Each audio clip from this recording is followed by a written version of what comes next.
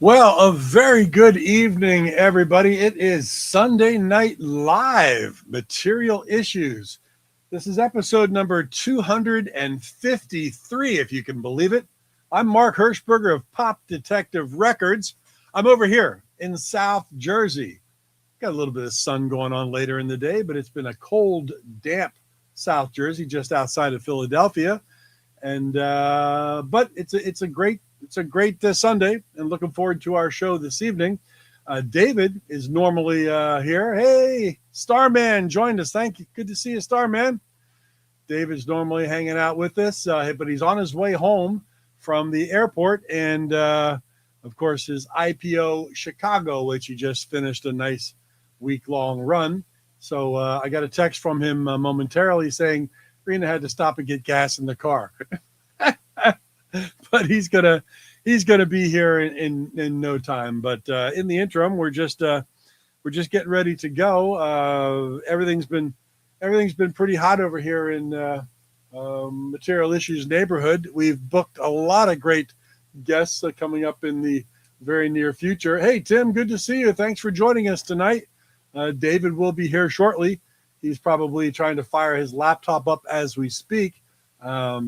We're talking about tonight. We've got a great guest talking about some great music and a great label, but I will let David do the introductions in a little bit. But, David's always bragging about his purchases, which he'll do a little bit tonight, I'm sure, at IPO Chicago when he was on out. But he'll probably review this show. But there you go. There's just got this in the mail yesterday. It's a test pressing from the Jet Set, their album Vaudeville Park, which I've never actually heard. We interviewed Paul Bevoire on the show, maybe a year and a half, 2 years ago from the Jet Set. And I know, there are other releases, but I knew Vaudeville Park existed, but I don't know if it's available on CD. I've never heard it, but this test pressing came up and I picked it up. So evidently it does say, in the light of the current spate of psychedelic revivals and old reissues, it's great to be reminded of what English psychedelia of 60s sounded like. Pop psychedelia. We're talking Itchy-Coo Park, not Nuggets, Sunny Afternoon, and not Da Capo. But this is Vaudeville Park, test pressing from the Jet Set. So David doesn't have this one. He's probably going to be jealous. Look at David doesn't have it, and David is jealous. There we go. Where'd you get that? There's David Bash just in from Chicago, and boy, are his arms. No, I won't go there. It's a good one. Can you hear me? Yes. Good to see you. Where did you get that? Where did you get that? I need it. I do not know why I was on. Starman, isn't that fantastic? You love the Jet Set. I was on eBay, and I do not know why it popped up in some kind of feed thing. But there it was. I was like, wait, the Jet Set? What is this? What is? I've heard of an actual original test pressing of Vaudeville Park. Yeah. Oh my God! Test pressing of Vaudeville. That is awesome. I am jealous. They didn't have any more. I take it. No, and it wasn't that expensive. So I said, you know what? I'm gonna grab it, and it's in great condition. But I haven't listened to it. Of course, that's a great find. But yeah. So welcome, David. Welcome back from Chicago. Our guest is in you. I've had a nice conversation with him for a little bit prior to you showing up. I see him there. Yeah. So it's gonna be great. And I'm drinking my first of 16 ounces that I've got to put down while we're talking. That's all I'm going to say about that. Yeah. Flight left about 20 minutes late. Then because LAX. Hey Tim, good evening. Because LAX is so messed up, I had to take a shuttle from the gate to another terminal and all kinds of stuff. So yeah, that's why I'm late. But you're home and you're here, and it's I'm here, I'm home, and IPO Chicago went really well. I won't say more than that right now because I want to get our guest on, but we had a lot of fun. Indeed, good. And so now looking forward to Liverpool, Stockholm, and Glasgow. Nice. But Anyway, we'll talk about that later. Right now, I want to bring on our guest. And well, first of all, I have a lot to thank him and everybody at his label, Omnivore Recordings, for. Not just for putting out some of the best reissues in the past several years, but for being cool enough to recognize the greatness of this and to have been our label releasing the International Pop Overthrow compilation. And this will now be year number 7. Year number 6, I think. This is the last one. This is the one that came out last August, which we gave away at IPO LA and also San Diego. And Omnivore did sell a bunch of copies as well. And we're working on submissions for the new one right now. But I wish I had more time to bring in some of the great reissues that this label has done. This one's my favorite. It's my second favorite album of all time. That's of all time, by the way. I don't mean my second favorite Michael Brown related album. I don't mean my second favorite album originally on Sire. I mean of any album by anybody. And Omnivore had the good taste to not only reissue this album, but to add a disc of previously unissued demos and to have a really cool interview with the guys in the band. And we had those guys on Material Issues. Gary Hodgin, who goes now by, what does he go by? Gary something else, I forgot. And Scott Trusty. That was great. But here's the one I'm most impressed with, and I was able to grab this. How in the world did they manage to do this? The Françoise Hardy Blues box featuring all of her albums from 62 to 67. The Yay Yay Queen. This is a very, very impressive box. It's the kind of thing you would see Universal putting out. I mean, in terms of quality, but they weren't cool enough. So fortunately, Omnivore was. So I would like to bring on now one of the co-founders of the great label Omnivore Recordings. So let's give a huge Material Issues welcome to Mr. Brad Rosenberger. There we go. Hey, Brad. Good to see you guys. Welcome back. You were in my hometown this past weekend, I guess. Oh, is that right? That's where you're from? Oh, born and raised. I did not know that. Yeah. It's really great to have names that end in burger outnumbering bash. So that's number one. And number two, we were talking baseball before we came on here, and he was interested in the fact that I'm distantly related to Mike Hershberger, and of course I had to relay the Willard Hershberger story to him. So we're all caught up to this point, David. You're just running late. Brad, who's your team? Well, I grew up a Cubs fan because I'm a North Sider. But you grow up in Chicago, you're not a Cubs and a Sox fan. You're a Cubs fan, you're a Sox fan.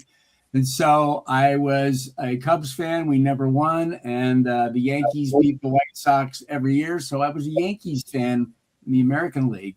And I was just telling Mark, my first White Sox game was a night game in August of '64. The Sox were playing the Yankees for 3-game set. Let me see if I can guess who pitched. Was it Gary Peters? You want to know something crazy? Was it Juan Pizarro? No, I'll tell you in 1 second, man. Talk amongst yourselves. Bob. Yeah, Bob wanted to know what that title again was. Is that the Françoise Hardy you're looking at, Bob? Or is that the Becky's? No, Bob. It's my second favorite album of all time. The Becky's album. My apologies. I know this is a music show, but no. We're an everything show, Brad. Directions. I wasn't in the music bit. Well, I wanted to be a baseball player until I realized that wasn't going to happen. So I went. The game was on August 18th, 1964. Al Downing pitched for the Yankees. and Gary Peters Yes. for the White Sox. Eddie My Fisher dad. got the win. I was really torn in that game because I wanted the Yankees to win, but there was one player on the White Sox that I loved named Let me guess who it is. Floyd Robinson. Well, I wasn't going to guess him first, but yeah, Floyd was good. He just had a lot of injuries. So Floyd comes up in the bottom of the 8th. Yankees are up 3-1, and Robinson hits a 3-run shot, and the White Sox win 4-3. Wow. So I was very torn in that game, but I'll never forget it.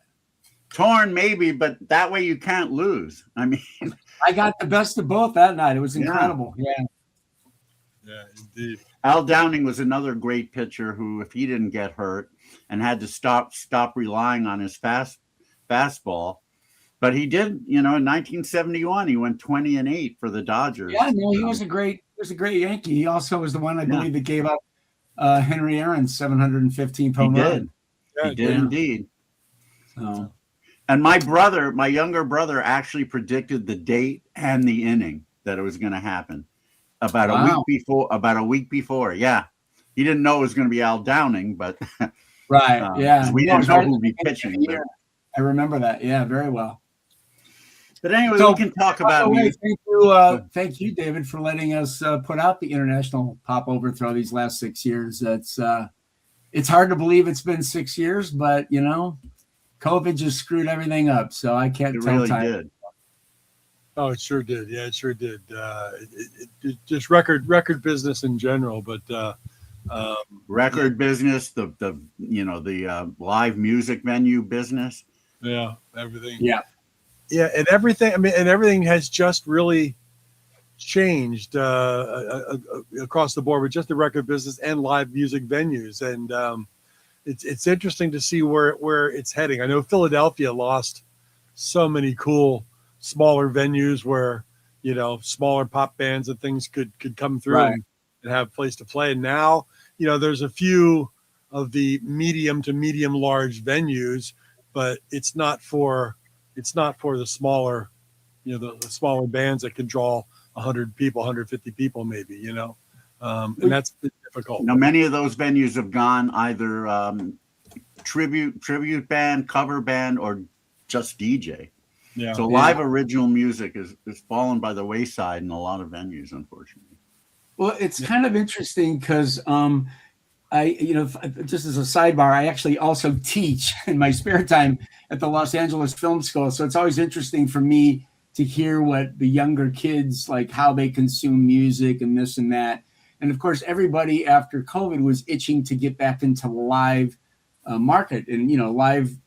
The revenue in the live business is almost equal to the revenue in recorded music.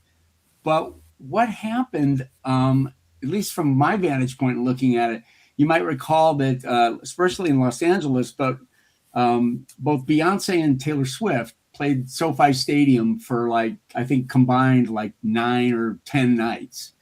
And the prices people were paying for those tickets, I think, is another reason why the clubs, the newer bands, the original bands have gotten squeezed.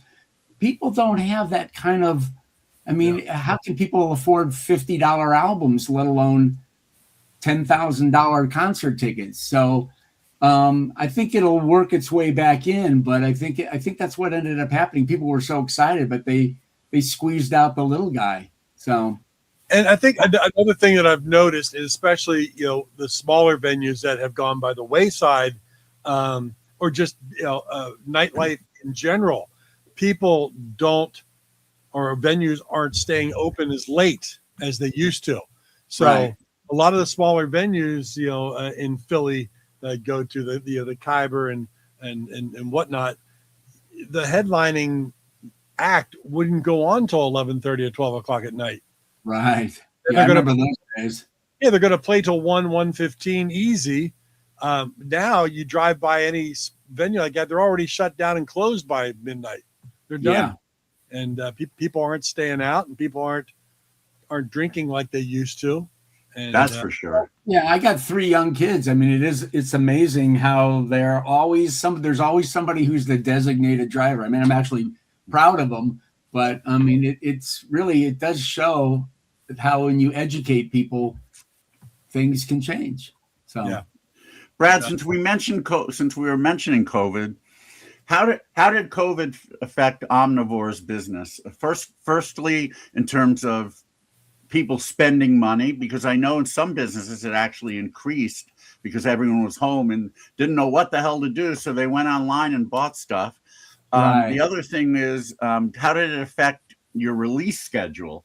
Did you have a bunch of stuff that was planned and then it couldn't be done because the manufacturing plants weren't operating? Well, that's a really good question. I mean, I will tell you, this past Record Store Day, we just celebrated our 15th anniversary. And in that time, we've put out well over 600 records.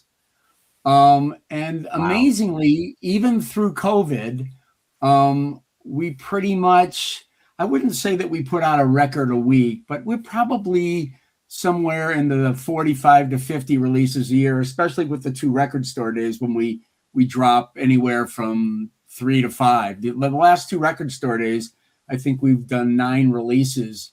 And to me, they've been amongst our most eclectic, but also I think they've been like our best Record Store Days ever, the last 2. That's wonderful. And it's a credit to just the eclecticism that our company has. But yeah, COVID was tough. There was the vinyl problem. Remember when it was like, if you were putting out a record in, August of 2026, you better have delivered the vinyl in August of 2025. And that was a huge problem. In fact, we had a couple of issues there was one record in particular, it was a jazz title, that unfortunately, we had a feeling it was going to do well, but you can't just go crazy, And what happened was it did well, but when we reordered it, by the time we had reordered it and it came in, it was months later, we weren't able to capitalize. But we hung in there. And I mean, amazingly, this company over the years, I'm not saying that we always make the right moves and the right releases, but most of the issues that we've had to deal with over the years have sort of been issues outside of our control, whether it was COVID or there was an issue with this company called Direct Shot a number of years ago. Where people couldn't, retail couldn't get the records. I mean, it wasn't just little companies like ours. I mean, somebody told me a story that there was a Pink Floyd Record Store Day, April record, that didn't get to retail until the following August. Wow. So it was a mess. And we were definitely affected by that, but we're pretty mean and lean and we're pretty resilient and we love what we do. So we're still here cranking them out.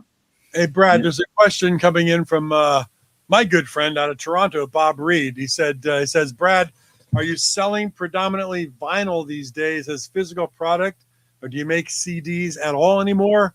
Do you have a hand in streaming, or do the artists do that themselves? An interesting question, because a lot of times I'll even have friends of mine say to me, do you guys ever release CDs? And I'm like, yeah, they're not buying this one. Come on, Brad's friends, get on the stick. We're a very physical label. I would say that about maybe a third of our releases are on vinyl. Pretty much everything is CD. There are every once in a while, there's a couple of, in fact, just recently, we can talk about it a little bit, but every once in a while, a Record Store Day will just put something out on vinyl. It won't come out on CD, or it will months later, maybe as part of a bigger package. We definitely release things on CD, and CDs aren't going away. I know they're not the future, but I've talked to definitely some stores in the Southern California area. CD business is up. So absolutely, I think his name was Bob there. We do release, and I'm trying to think here. I think all of our Record Store Day releases, I think the only release on vinyl last Saturday that is not going to be on CD is one I can't tell you about, but it's coming. One is coming, and then the Bob Brady on the Concords record, that's going to be part of sort of a bigger Chariot Records kind of thing. Okay, well, that I wanted to talk about that. In I want to say around 1980 or 81, a friend of mine back in New Jersey, who was a very big expert on soul music, told me that I need to check out this record by Bob Brady and the Concords. Right. I'd never heard of them. Obviously, immediately I thought of the Brady Bunch, but that's a side issue. And at any rate, he said, you just got to play this thing. And so I did play it. And at that time, I didn't realize it was more of your love. I didn't realize that it was a Smokey cover at that moment. I just thought this is somebody who really sounds like Smokey. And then when the record was over, he said, are you ready for this? These guys are white. And it's like, wow. So, I mean, I hadn't found any other, I didn't realize that there were any other Bob Brady and the Concords records. And then suddenly I read that Omnivore is putting out a compilation of this great soul band from Baltimore. And I wish I had it in my hand. I actually brought it with me to Chicago. Oh, you've got one. Good. You mean this one? Yeah, that one. And first of all, I have to commend you for being cool enough to do something like that, because there's never been a compilation by Bob Brady on any format. That is correct. It was primarily a singles label, although they did release one album by kind of a country psychedelic garage band called Coyote. That came in 72. But we basically put together all of, I think Brady released 6 singles. And then after the Concords split up, the owners of the label, Chariot, when it fell apart, they believed in Everybody's Going to the Lovin' so much that they got a single deal at A&M. And they ended up putting an outtake from a couple of years back, earlier when the Concords were together.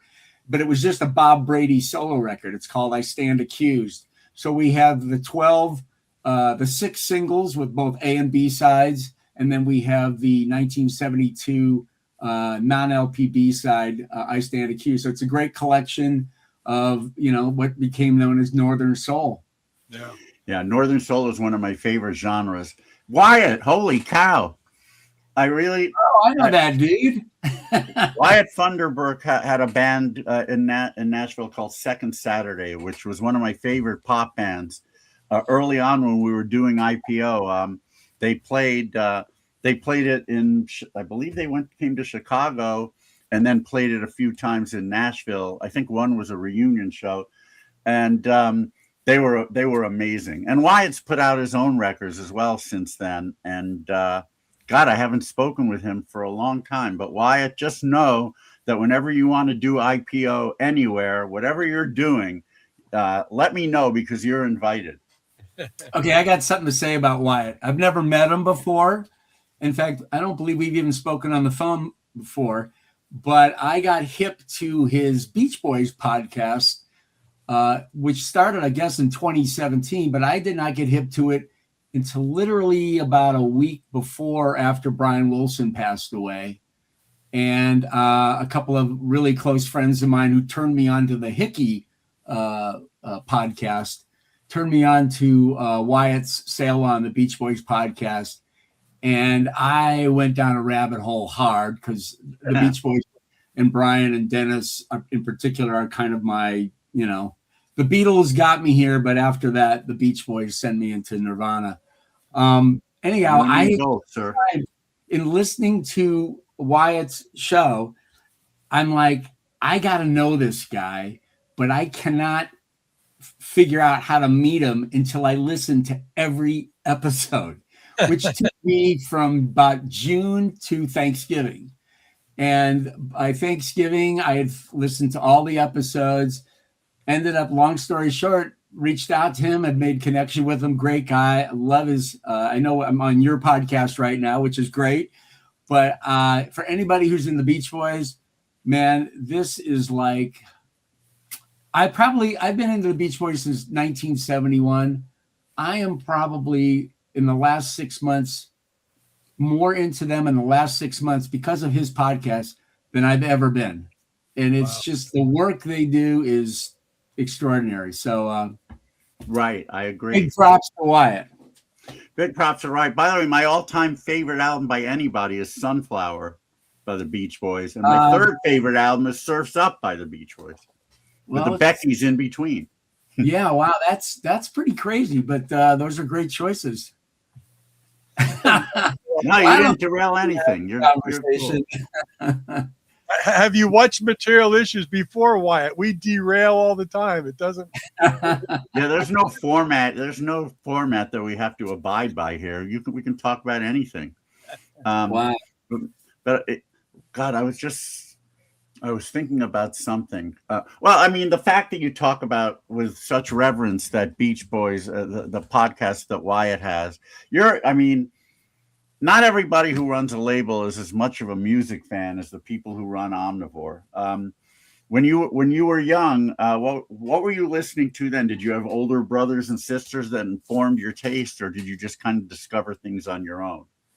I think my story is simple in that a lot of people experienced it, but I'm an only child, so I didn't have that. But basically, let's see, I'll kind of try to make it as brief as possible.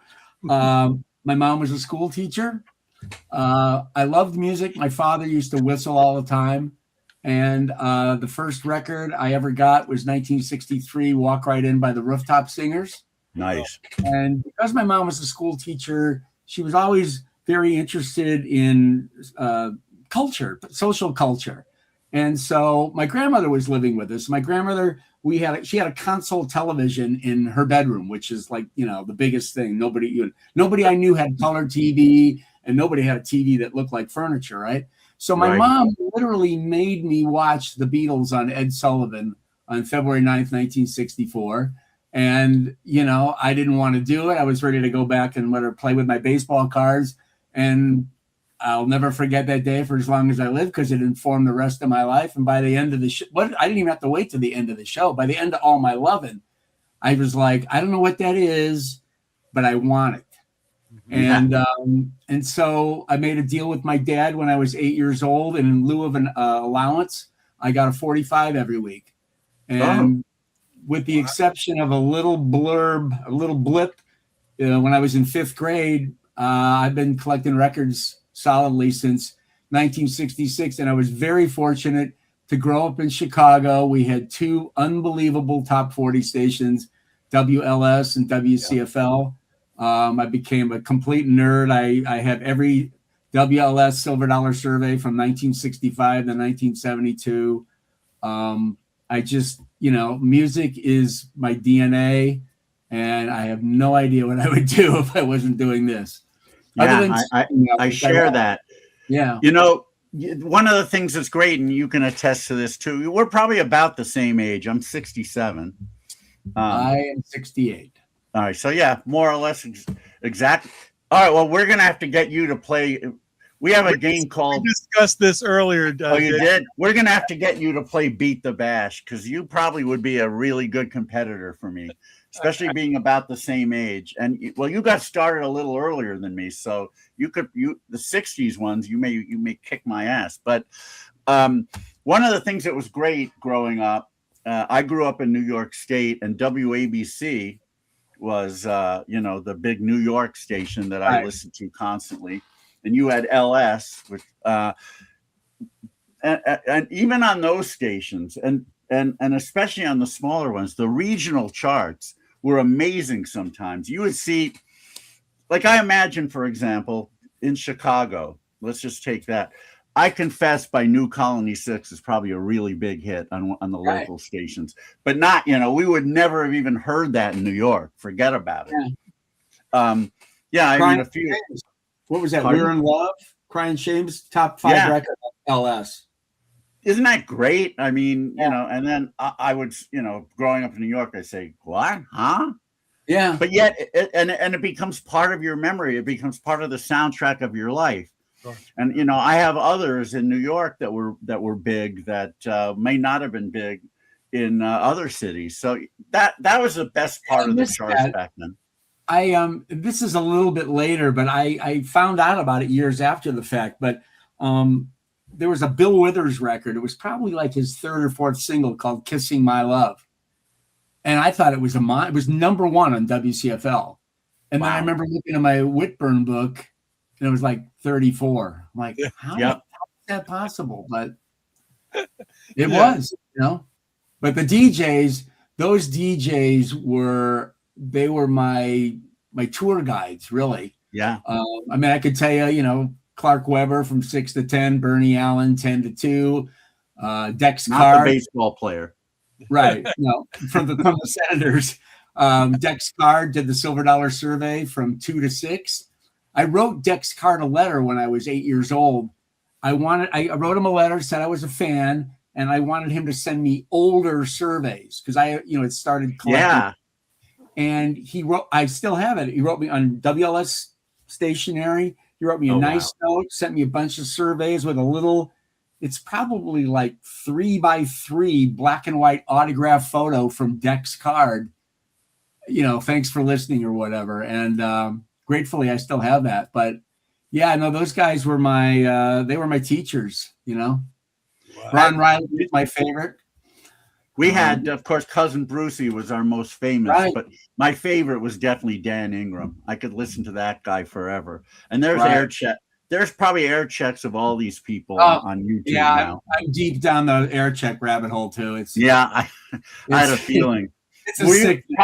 You were probably like me in that, you know, when Christmas came around and they did the top 100 of the year, and I'm sure LS did. You were probably there with notebook, waiting with bated breath to write down what everything did. Yeah. No, it was great because it took that whole year that I'd been collecting and then put it in like, what are my favorite records going to be in the top 10 or top 20? Or like, how could this be number 83? This was a great record. You and I are like brothers. This is amazing. I haven't met anybody like us for a long time. Yeah, I know. It's a sickness. It's the best kind of sickness to have. Oh, I mean, I on WABC, I would always try to predict what the top 10 would be based upon how well they did during the year. Never got number one right. From 1970 through 75, when I did that, never got it right. But I'll tell you a funny story. It's my mom. You know, my mom, she encouraged me all the time. And my very first Stones single was Paint It Black. And this was May of 72. And this is total nerd city here, but Paint It Black was number one in LS 3 weeks in a row in May.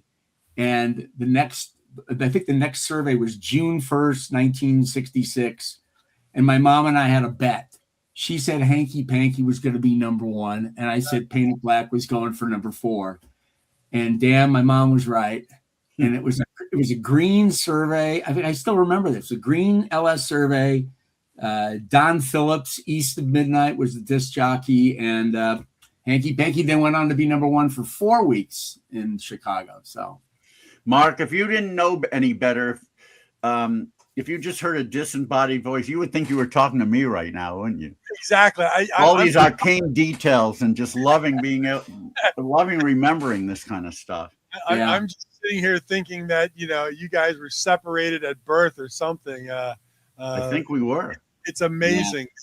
The same level of fascination and love for, you know, the music and the charts and the singles and the radio stations and the personalities.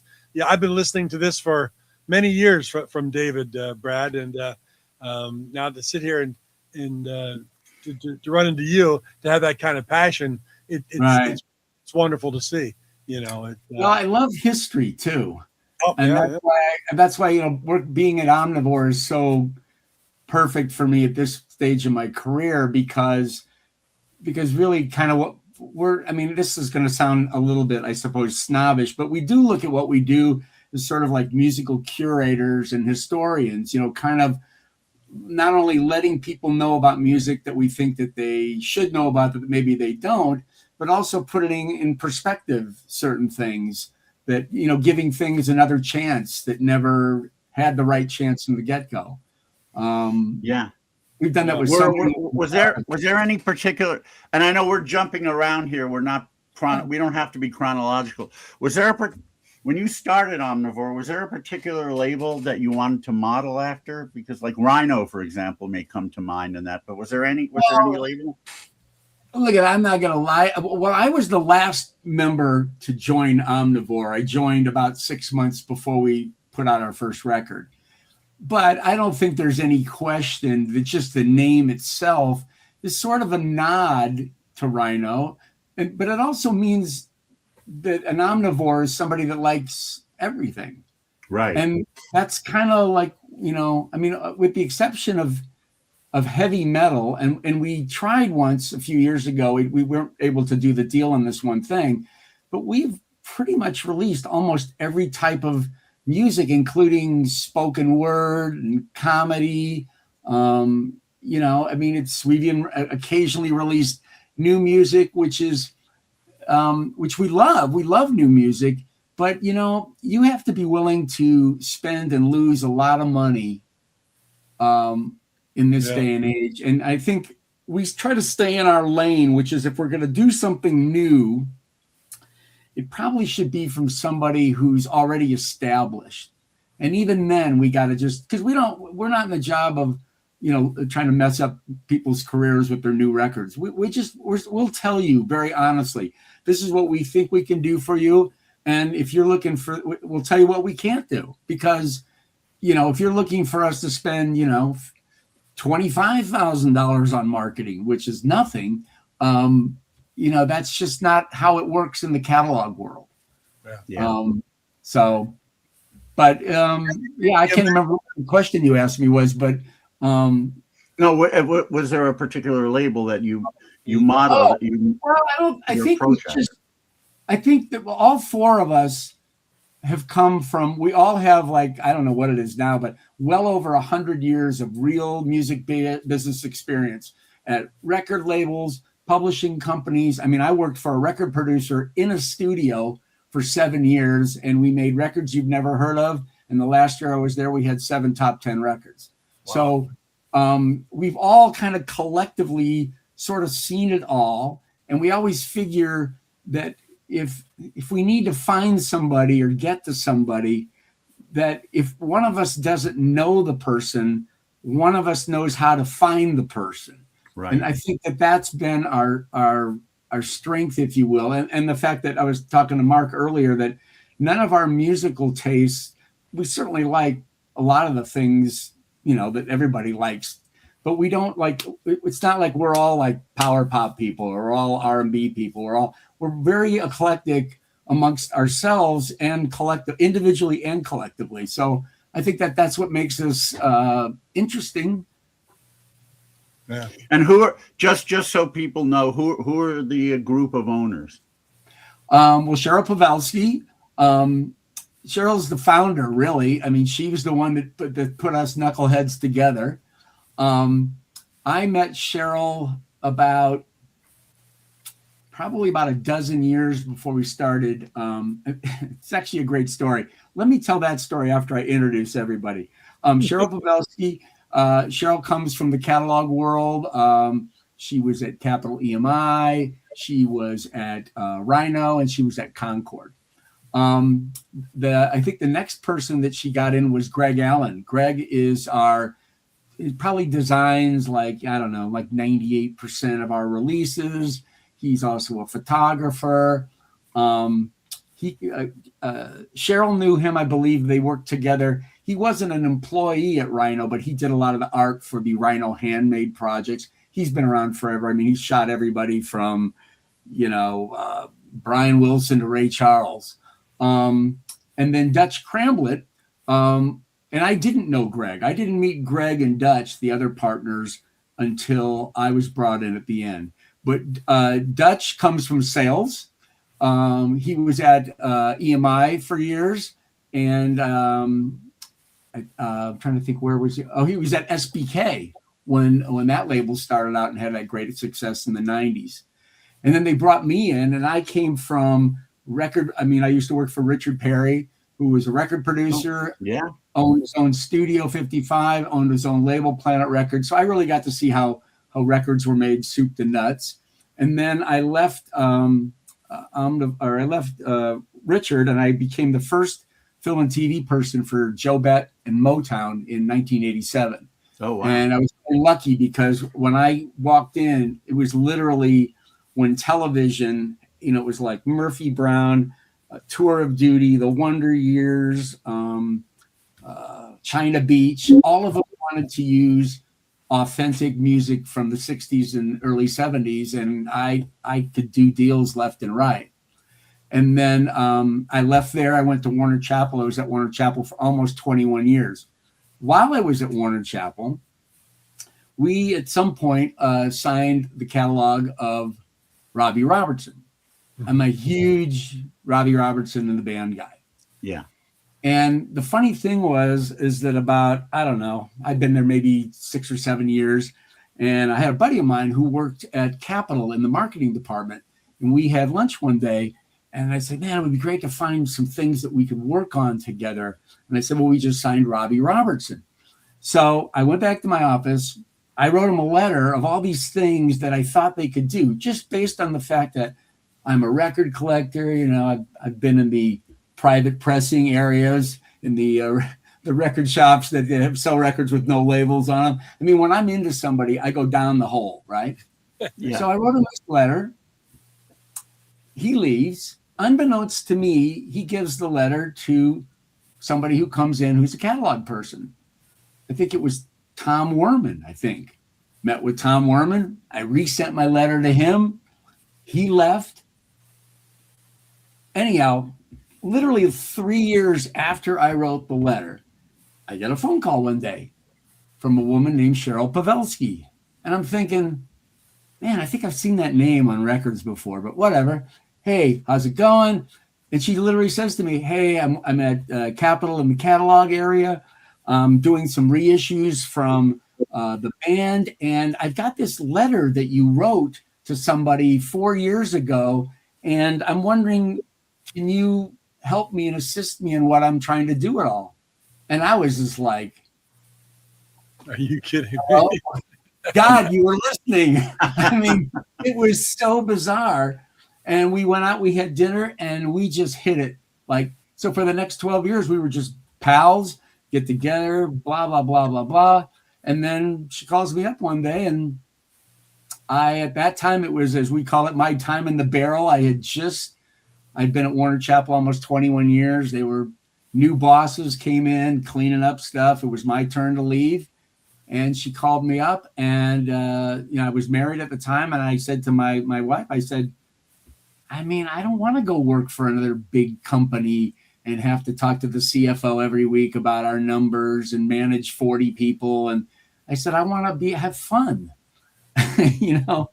And so it was not really a decision at all for me to make, because everything about what Omnivore was set out to be and has become is exactly what I thought I wanted to do in 1972 when I said, oh, I'm going to be in the record business. I mean, I was actually going to ask you that question. As a child, did you have any inkling of someday running a record label? And apparently you did. No, I was never that guy. I like being part of a team, but I was the guy I'll work for a record company. I didn't know what I thought a publishing company. I didn't even know what a publishing company was. I thought BMI and ASCAP were codes for the timing of a song. Because when I was 8 years old, it would say, ASCAP 226, right?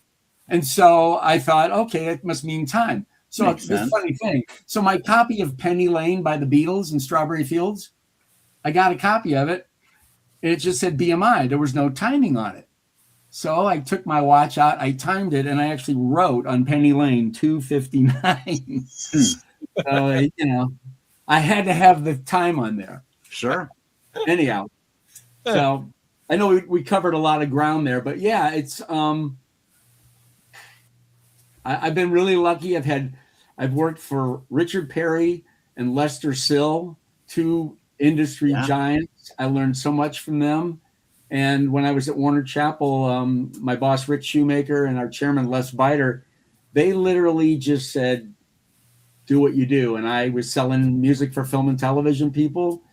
And I mean, I got a chance to work on some incredible projects, meet some incredible people, and had a lot of fun doing that. And then when it was time to go, I've been cranking it with Omnivore ever since. And then along the way, and it's a whole other story, I produced a music movie in 2014 called CBGB.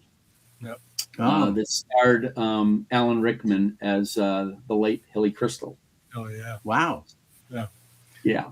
We were talking about that briefly before the show, too, because that included a couple of Dead Boys tracks, Sonic Reducer. Sure did.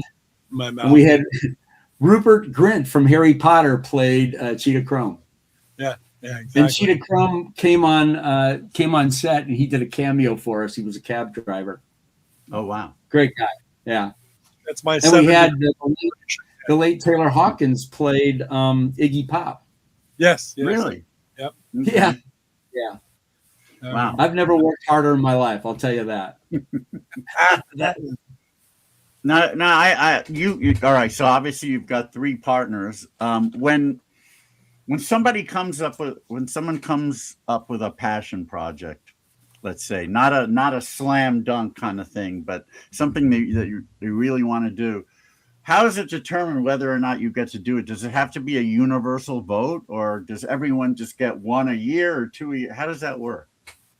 Well, it's all pretty much the same. I mean, I guess we vote, but I was telling Mark earlier, I mean, somebody's got to bring it in. There's got to be a reason to bring it in. Sometimes there's all different ways things come in. Something might come into me that I know I don't care for, but I know that it might be of interest to one of my partners. So I don't just turn, unless it's something that's, like I was telling Mark, or I guess I was telling both of you guys, the new music thing. I mean, we're just like new bands coming in. It would have to just be something that would, kick my ass so hard. And I have brought in new things, but, whatever. Usually how it works is that one of us brings something in. And then, as I was telling Mark, is one, does somebody love it, right? Okay, that's one. 2, is there a compelling story to tell here? Because you don't have a lot of money in the catalog world in marketing. What you have to market is the story. So we have a publicist on retainer, and what they do for us is basically tell the story kind of why we're putting out another new record, but why should you even care about this new record? So 1, hopefully somebody feels it under their skin. 2, is there a story we can tell? And then 3, for better or worse, do we think that we can make money doing this? I mean, it is a business. So Right. Me, a perfect example of something that I had to sell was, as I said, I worked for Richard Perry for many, many years, and he was I still believe one of the great producers of all time. So he's passed away now, but about 6-7 years ago, I was at a party and I hadn't seen him in a while, and he was there. And I had literally just been going through some 45s like the week before. And I ran into a couple of Bobby Hatfield singles that Richard had produced. From the Righteous Brothers. Right. Just so people know. Bobby Hatfield had done a couple of singles with Richard in 1971, but no album. So I just said to Richard, hey, I was listening to Stay With Me by Bobby Hatfield. I said, why didn't you guys do an album? This is what he said. We did. I go, you did? What happened? He said, basically, the 2 singles didn't click. And he was literally in the middle of doing Carly Nilsson and Ringo and, bigger names. He's rolling with it. So he starts telling me the tracks they cut. I'm like, Sour Milk Sea? Okay, Baby Don't You Do? I mean, like crazy, weird stuff. He says, yeah, I cut it at Abbey Road, Ringo, Klaus Bormann, Chris Spett, So that was on a Saturday. On Monday, I called up the Warner Vault. I said, can I get a vault report on Bobby Hatfield, Abbey Road, 1971? So they send over a list of things. So now I want to do this record because I've been wanting to do something for my old boss. I didn't know what it was, and then I just ran into it. And so I bring it up at our production meeting, and they're like, okay, that's not going to sell. I go, I know, but I got to do this record. Okay, so what do? Is we look at where do we have to spend money and how can we figure out how to spend no money or less money. I mean, it's really an exercise in economy. And what ended up happening is that I was able to call out favors, and then I ended up writing the liner notes myself under a pseudonym. And so I was able to make it work financially. We're all down the path, and then we get a call from Rhino because it was a Warner record. We have a problem. Okay, what's the problem? If you release an album, then it kicks in a producer advance of $25,000 to Richard Perry. Yeah. Ooh. I'm like, oh, well, that sinks the project right then and there. But I'm pretty close with him, but $25,000 is $25,000, right? So I call up his ex-wife, who I knew very well, who was a music business legend. Her father was George Goldner. Uh-huh. And I call her up and I go, Linda, I said, I got to call Richard, but this is what I want to ask of him. What do you think he'd say? She's like, she's a big supporter of mine. She said, I tell you what, just tell me what you told him. I'll work on it. I go, wow. Okay. So I'll wait a few days. I call him back and I don't even see, he goes, yeah, this is great. Let's do it. I go, you'll waive your $25,000 fee? He said, yes. Wow. This is phenomenal. So now it's done, but I just have like a CD ref or whatever. I go over to his house to play it for him. He's not in good health. I play it for him. The speakers he had in his office, they just were booming. And on the walls behind where we were sitting in his office were all these gold records. In the middle of me playing Ooh Wee by Bobby Hatfield, the Rod Stewart Fly Me to the Moon gold record decides to fly off the wall by itself and crash into a $35,000 Tiffany lamp. Oh my God.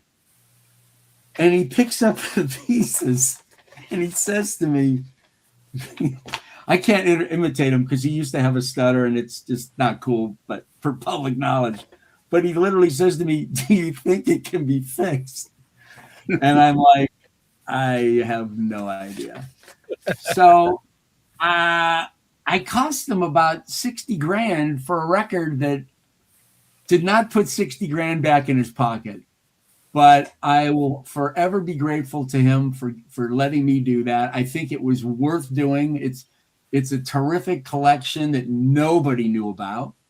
And it fills a hole in Richard's career that nobody really knew about. And there's some wonderful recordings on there. And I know that was a long story, but I've been telling you. No, it's a great story.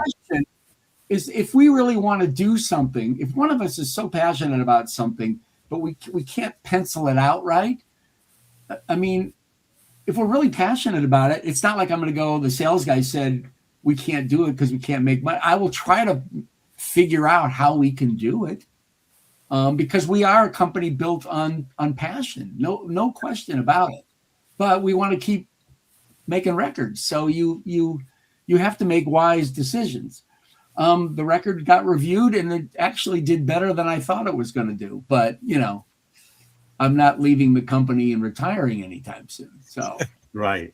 Can I jump on something, Brad, during that story? And I'm just kind of interested. I caught the words you said. You got a Warner Vault report. What does that mean? Well, we have a good relationship with Warner's. They're our distributor. So, and all three of my partners either worked for Warner in the day or worked, with them, like Greg Allen did. I worked for the music publishing division and knew a lot of those people over there. So we have good relationships with the folks at Warner's that go way back. So what it means is that they have, I mean, I don't know how many buildings they have. I've been in one of them, and it is truly like, it's like a Costco, and then it's just full of tapes. Right. You know, imagine a building as big as Costco. Yeah. Wow. So they have their vault is organized in a way that, I mean, I don't run their vault. I don't know exactly how it works, but they're able to go to their database. And I gave them Richard Perry, Bobby Hatfield, 1971 Abbey Road. So I gave them 4 clues. We didn't find everything that Richard remembered they recorded. So I don't know what that means. There were other tracks. He's like, you know, did you find, I think it was Bell Bottom Blues. He kept asking me about Bell Bottom Blues. And I don't think that was, I don't think we found that one, which I was bummed because I was like, wow, that's a wild choice. But anyhow, so we have a relationship over there with them. And because we do a lot of business with them, they're able to do things like that for us. I mean, I don't think anybody just can pick up the phone off the street and say, Sure, hey, what do you got involved? You know, I was curious when you said that, what it meant. Yeah. To their, you know, obviously they have a database, so they have, you know, the masters, so to speak, on a shelf somewhere in the H aisle or whatever it may be, and they have what they have, and that's how you get your hands on it, yeah, at least to start. Yeah. Right. Oh, I got Sour Milk Sea. I actually Jackie Lomax, who recorded that song originally on Apple Records, I actually got to introduce him from the stage when he played a show in Santa Barbara. Wow. Yeah, that was cool. Yeah. I think he used to be married or was in a relationship with, you know, when I did film and television for Joe Bett and Warner Chappell in the day, the publishers were really the first companies in the music business that started putting together creative teams of people that would pitch songs for film and television, much before labels. And I think there was a woman named Pat Lucas who worked at EMI for years, and she was sort of like the queen. She had been around the longest and everything. And I could swear that she, in fact, I never asked her about it. She's passed on now, but I think her and Jackie Lomax used to be in a relationship. If not, I apologize. Now, let me ask, you know, you've been able to successfully license a lot of things, including some things that are on very, very major labels, like the Posies albums, for example, and Jellyfish's albums, for example, all owned by Universal, I would imagine. Yeah. How easy or difficult has it been to deal with Universal? Because all you hear are horror stories about, you know, right. people like, well, Mark, for example, who owns a label, Pop Detective Records, trying to license things from major labels, and they're basically telling them, well, it's not worth our time to even get our in-house attorney to drop a contract. But hey, if you pay us $50,000 for it, we'll find the time. How's it work for you? Well, let's just say I have to kind of be, you know, I want to be careful of what I say simply because I don't run their business. I don't want people telling me how to run my business. I don't want to tell them how to run their business. And I will tell you this, and you guys know this, being in business for yourself and stuff, there's just certain things. Like we get plenty of, you know, people calling up and like, why didn't you put this on that record? Or how could you not do this? And, you know, there's all sorts of reasons why things don't happen that we just can't come out and share. I mean, you know, sometimes the artists themselves don't want it on there. Sure. So, I mean, when I'm working with a live artist or even with an estate, I will push back. We talked about the Cowsills earlier. I love the Cowsills. Oh my God, yes. But I push back with them, and I think not in a negative or critical way, but because I want it to be the best thing that it can be. So if I believe strongly in something, which I did very strongly with when we did Rhythm of the World, their first new album in several years. that was the first project I did with them, and they wanted it to be completely different than how it turned out. And they later understood what I was saying and actually said, thanks for doing that. But I want to make the artist happy. I mean, Eric Carmen, one of my favorite artists of all times.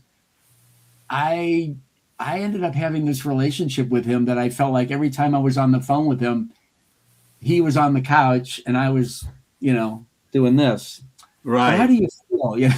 I mean, I had some really long, incredible conversations with him. And sadly, I didn't get to do more with him. I wanted to. I was in the process of trying to do more with him. And then sadly, he just suddenly passed away. Yes. Yeah. But so let me answer your question here, because I don't want to be one of those guys that, you ask me a question and I say everything. I mean, obviously only say what you're comfortable with. I get it. I mean, look at Universal. When we first started out, we were actually distributed by EMI Caroline.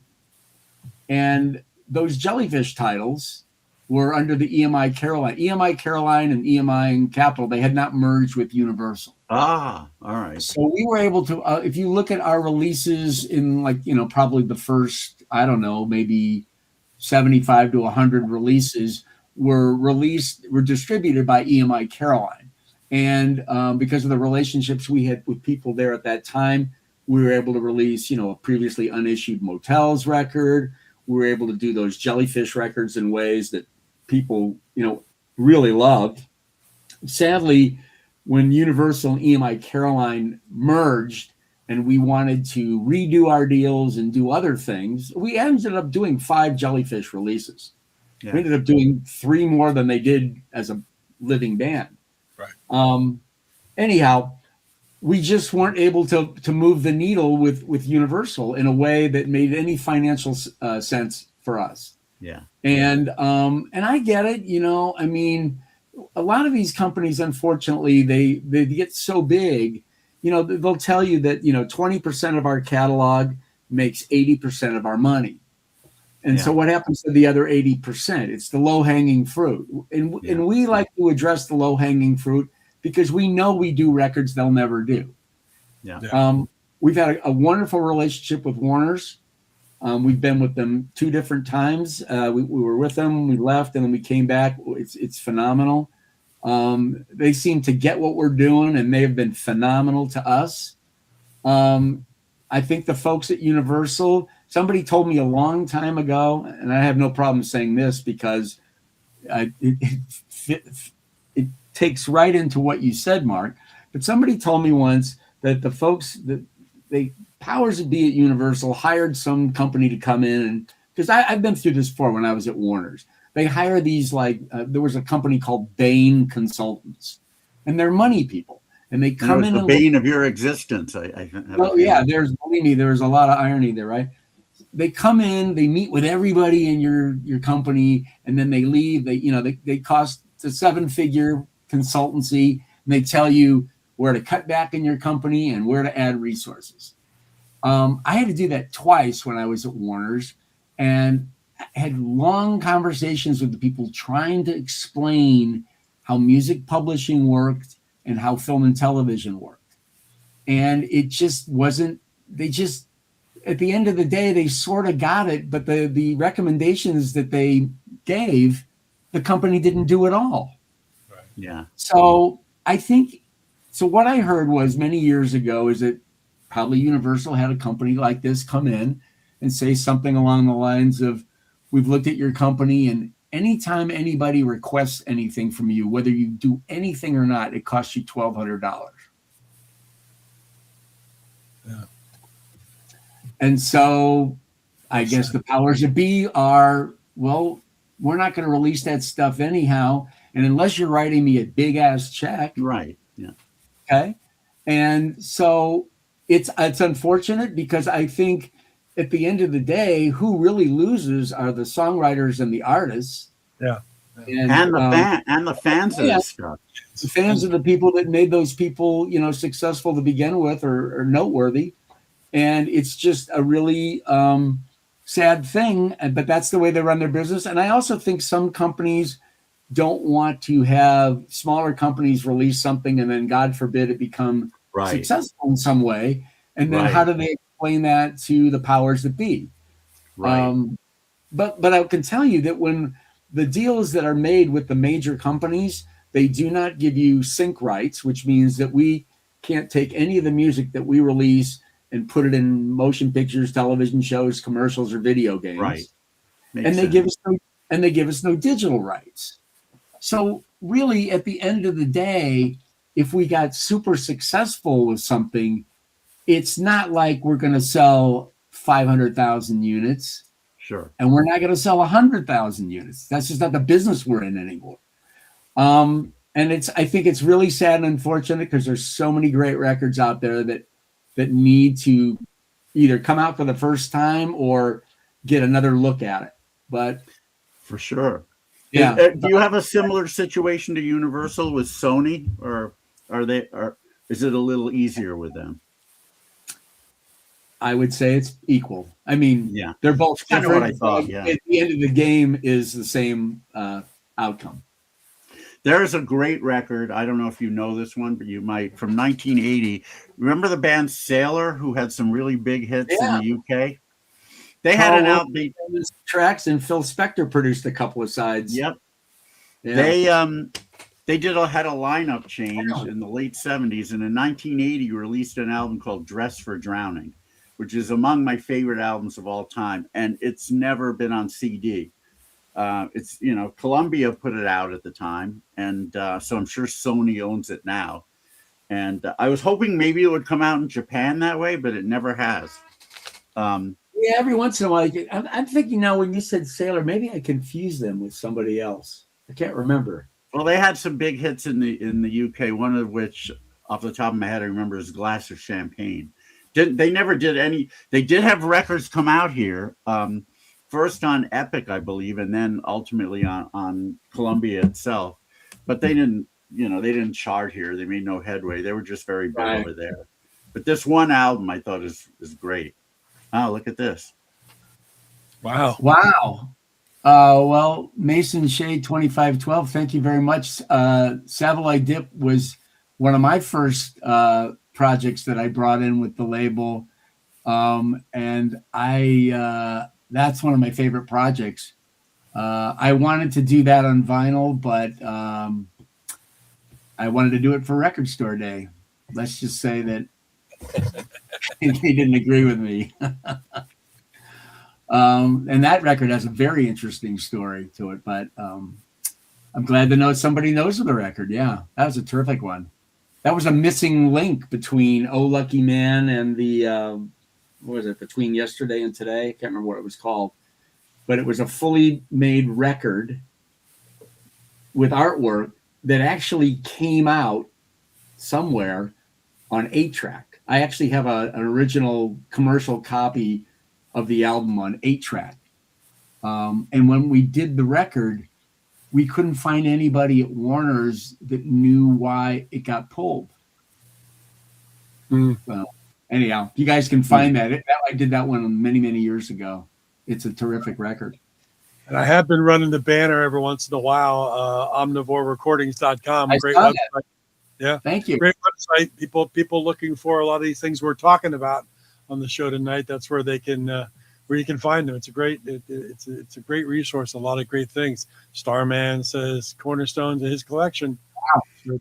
By the way, Brad, I should tell you, Brad, and if he's telling the truth, the more I hear from this guy, the less I believe that he's actually 24 years old. That's what he told us. Can you imagine a 24-year-old having this kind of taste? Starman Brinley? Yeah. That's what he said.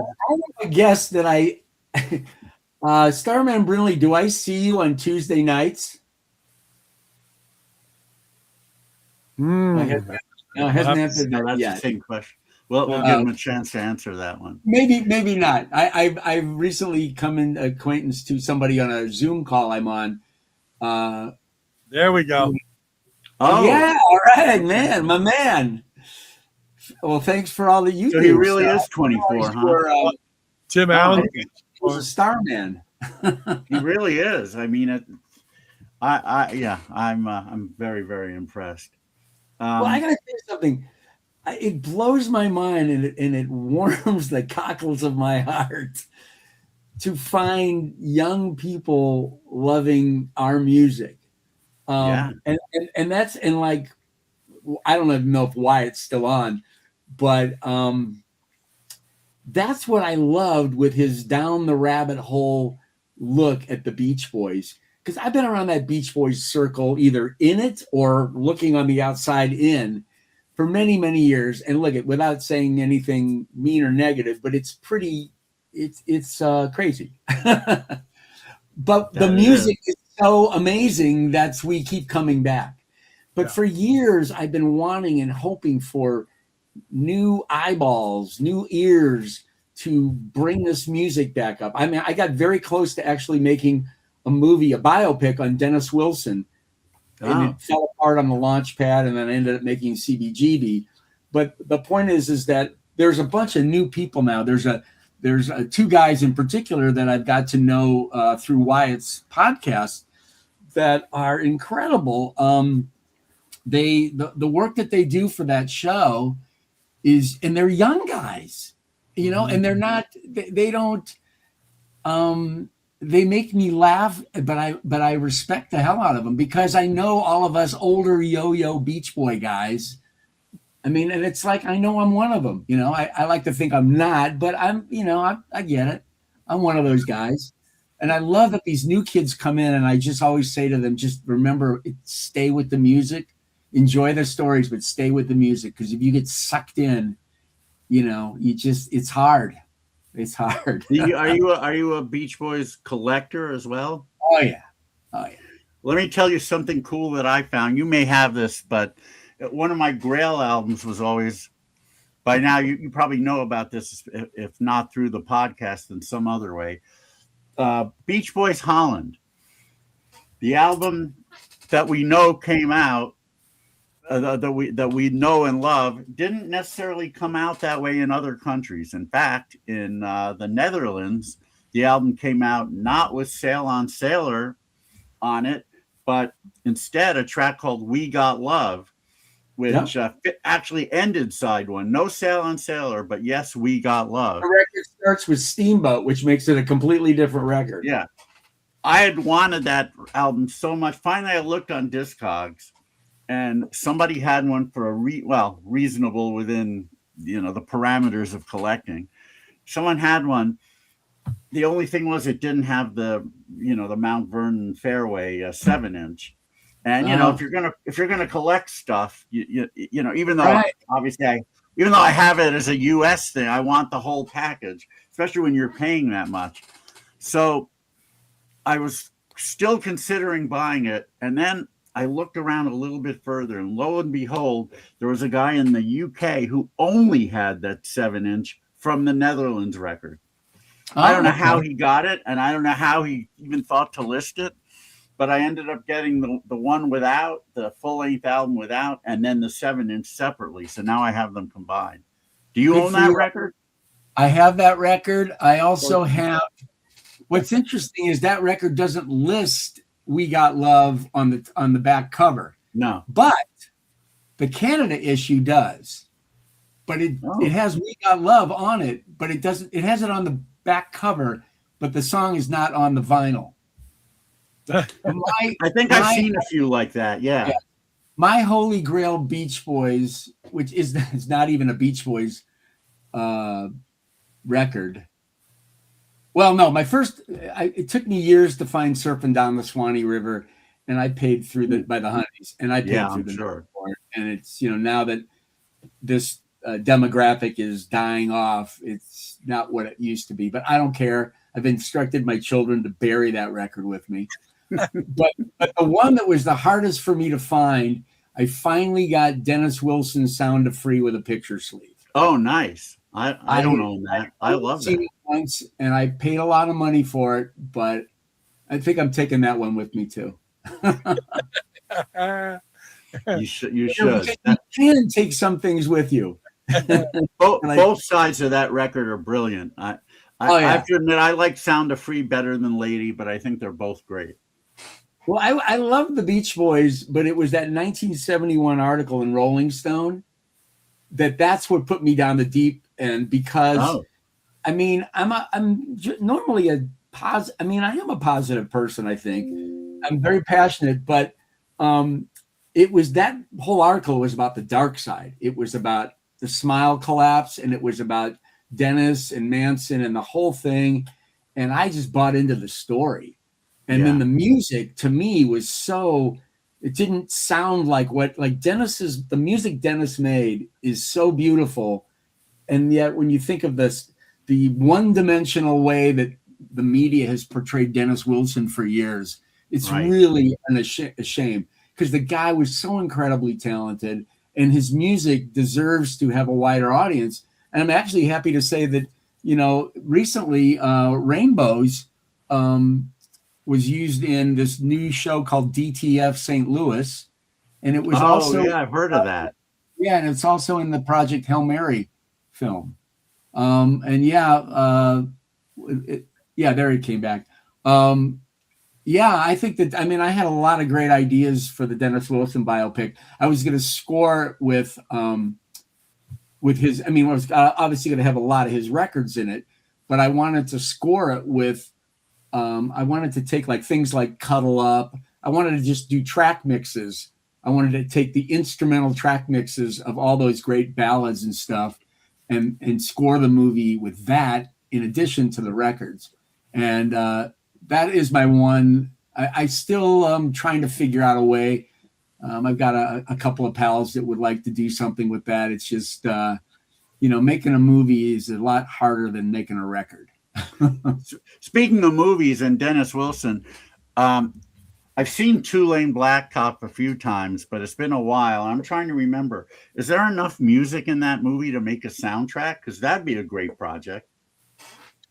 My recollection of that, there was no sound in that movie. You know what I mean? Yeah, they barely said anything. Remember, they reprinted the script of the movie in a copy of Esquire magazine, and I think it was on 2 pages. It's not really. No, they don't talk much. Yeah, but think about it too. Like Dennis Wilson and James Taylor, and there was no music in that. To speak of. Right. Yeah. About. A missed opportunity.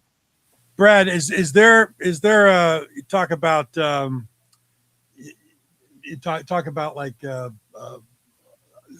music that you'd love to release, bucket list kind of things, but maybe there's something that has never been in the conversation with your partners and probably never will because there is just not a market for it. But is there a project that you would love to see happen, regardless of the fact of whether it would make any kind of money or be of any interest to a lot of people? Is there something that I guess I would have to think about that. I don't know if any way of licensing unreleased Dennis solo music. I'm not prepared to answer that now. Let's just say I've been working on that for a long time. I was in the Dennis Wilson business for a number of years. One, not only making the movie, when I was at Warner Chappell, we signed his music publishing catalog. And I helped kind of clean things up because it was a catalog in disarray. Let me put it to you this way. The one thing Omnivore Recordings never has a hard time doing is coming up with ideas of things to do. Now considering who's there with you, I'm not surprised. It could be, and some things, and Cheryl's a perfect example of it. But when we did this, the Townes Van Zandt record, the demos. This is I don't know, year 1 or year 2 of Omnivore. She had been working on that project in her head. She told me for 17 years. Wow. I can tell you right now, I hope that there's if we can ever there's a project that both her and I have been working on for quite a while. And it's just not time yet. But if it comes out, I think it's going to make a lot of people happy. and we're going to be very satisfied. But there's just so many, a lot of times there's just so many, like, challenges, speed bumps. I don't know what the word is, why things, they just have to, sometimes you just have to wait it out. I did the expanded edition to Orange Crate Art with Van Dyke. I envisioned that record before I was even at Omnivore. We had signed Van Dyke when I was at Warner Chappell. I got to know him. I would call him a friend. He's not just, somebody I've worked with for. And during the time that he was making the record, I had all sorts of, I had DATs of like track mixes, the bonus tracks, everything that we more or less did. And I remember just in my brain going, man, one day this is going to be a deluxe edition. And then when I finally approached him on it, it took me, after I go to Omnivore, it took me 7 years to get it done. But that was incredibly satisfying.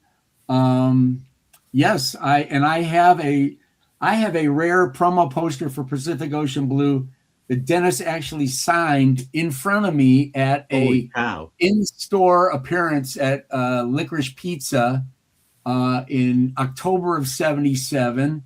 For years, that in-store appearance was mistakenly mentioned in all sorts of publications as taking place at Tower Records, which was literally across the street from it.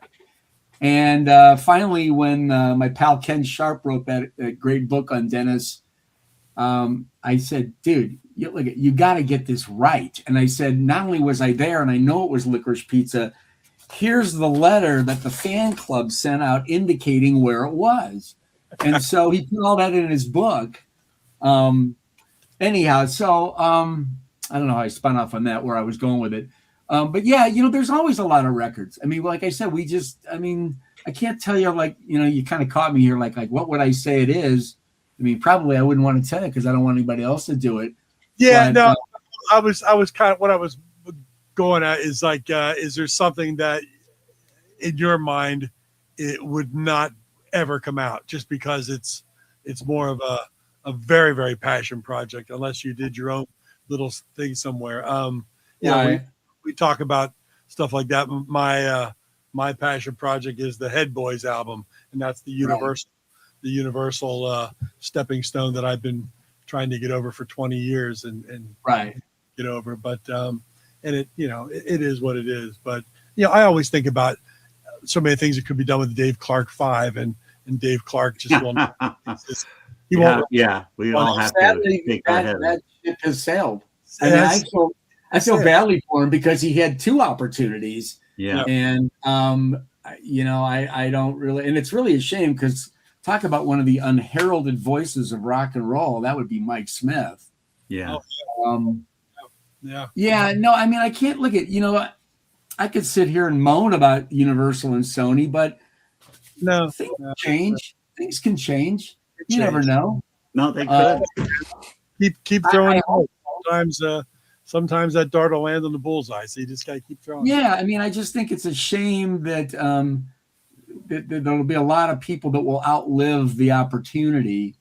Don Kirshner, well, he didn't outlive it, but he had in his control so many amazing things that could have come out, and he was that? Don Kirshner.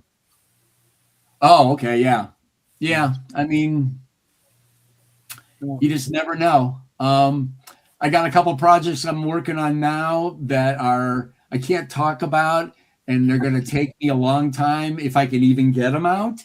But they'll definitely be projects that I'll be really proud of. And I think that, the Omnivore universe, or for those people that like what we do, will be very happy and satisfied with it. But, some things, it's funny. And it was like this when I did film and television for years. There'd be some projects that I would work on forever, work really hard, feel really good about my work, and not get anything in a movie. And then there could be something that I pick up the phone, somebody asks me for an idea, I give it to them, and 3 days later it's on a television or it's in post-production at a movie that comes out in a month. You just don't know, No. But that's also sort of the fun, Yeah, sure. All right. Yeah, I'm waiting for 13 years too. He still has got my $50, Mason Shea, or $100. I got to meet John Stebbins at that Dennis Wilson bash. I remember that part of it. The one at Shea J. The one at Shea J. Were you there? I was not. Yeah, it was fun. It was cool meeting him. I also got to meet the guy who portrayed Dennis in, I think it was the Beach Boys, An American Family. And he said he really studied Dennis. He said he took that role very seriously. He really studied Dennis, wanted to make sure he got all of his nuances, and almost method acted his way through it. But that was a fun event. When we were doing the Dennis Wilson movie, we got 5 days within greenlighting pre-production. We had Aaron Eckhart was going to play Dennis. Vera Farmiga. Yeah, Vera Farmiga was going to play Christine McVie. Oh God, she is so sexy. Chloe Moretz was going to play Dennis's daughter Jennifer, and Rupert Grint was going to play a fictional character that was sort of like, somebody that worked at Brother Studio and was hanging around Dennis and stuff. And we had a script. The filmmakers I was working with at the time were writer, director, producer people. So, and they were very indie. So they were like, I actually pitched them the idea. When my job had changed at Warner Chappell, like the last year and a half I was there, I used to sell music to film and TV people, but by the last year, there'd been a lot of changes. And so they gave me, it put me back in creative, which was great because I had to deal with administrative and, like I said, dealing with 40 people. But what happened was, where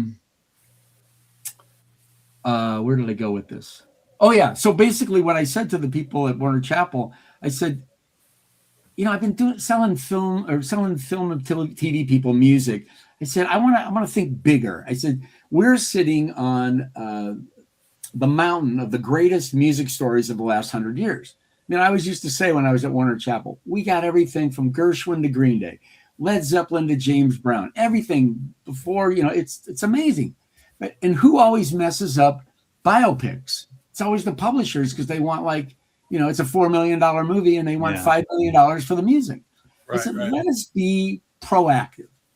And so I meet these filmmakers who I'd worked with on a couple of other projects, and I pitched them Dennis Wilson one night. And we had dinner. Great. See you later. 3 months go by and I get a phone call and they're like, we want to do this movie. And I'm like thinking, what movie? It was 3 months ago. We talked about a million things. And they said to me, the Dennis Wilson movie. And I literally went, you're kidding. Really? And then I'm not making this up. Literally a nanosecond later, my brain went, oh, but are these the right people to do it? But look at music publishers don't go out and get movies made, right? So I went with it. And like I said, it was an amazing experience. There was a lot of things, unfortunately, when the whole thing ended. I ended up having 4 projects with them. One got made. I made a movie, CBGB. Dennis Wilson got so close. And then the other 2 projects were Film Bio and Jim Guercio. And then the one that you may have heard, and I don't really want to get into it, but was the Greg Allman movie. Then I ended up having, I guess you would call it, let's just say that I couldn't give them all my time. And so I left the project because Omnivore had started. And then they decided to shoot the movie. And then there was an accident on the very first day. And the whole movie fell apart. But, oh, yeah. Thank you. Yeah, that was fun to do, Becoming the Beach Boys. Yeah, I got to know Jim Murphy. You guys know Jim Murphy? Jim's the guy that wrote the book. I don't. And I told him at the time, Becoming the Beach Boys was a record that Omnivore did, where it was basically all of the Hype Morgan sessions, Right. you know, before they signed to Capitol. And we did it. I mean, it's almost more of a historical curio than something that you would listen to, because it's literally like, surf and take one, surf and take two, Right. surf and take three, and then on to the next one. But for historical purposes, I think it was a really important release. Well, there was this guy that maybe, I don't know, 6 or 7 months before that this project came to me, had written a book called Becoming the Beach Boys. And I knew David Leaf. I mean, David's actually one of my older friends. He's been a guest on our show. Yeah, in fact, I just had breakfast with him last week. But I told Jim Murphy, the guy that wrote Becoming the Beach Boys, that I thought his book was as important as David Leaf's book. But it just covered, it was like 350 pages on, Brian is Born to, Surfing Safari, right? But he uncovered such incredible, the research he did, was like I like to say now, it was Hickey-like, because that the 500 songs guy, his research is impeccable. But I reached out to Jim and I said, just cold call him. Hey man, I don't know who you are. Your book is amazing. Could you abridge it a little bit for me? Write liner notes, and because this is what I'm doing. And he was great, and that was a lot of fun. I'm really bummed. There was never a picture of the Beach Boys with Al Jardine at that stage in their career for years. True. I hadn't thought of that, but you're right. And then I put out the record, and it really bummed me because we had to use a picture that everybody's seen a million times. And it just, and about, I don't know, I would say 2 years ago, but it's probably been 6 with COVID, somebody found in a local newspaper a very rough, grainy photograph of the Beach Boys during that Hype Morgan era. It showed up. I think it was like in an Oxnard newspaper. And even though it was horrible resolution and everything, I think we could have figured out a way to, doctor it up to make it.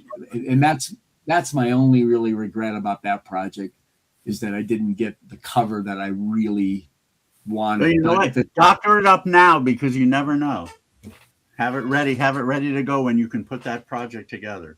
Yeah, well, yeah, you're right. But I still would love to do the Dennis Wilson story. I just would love it.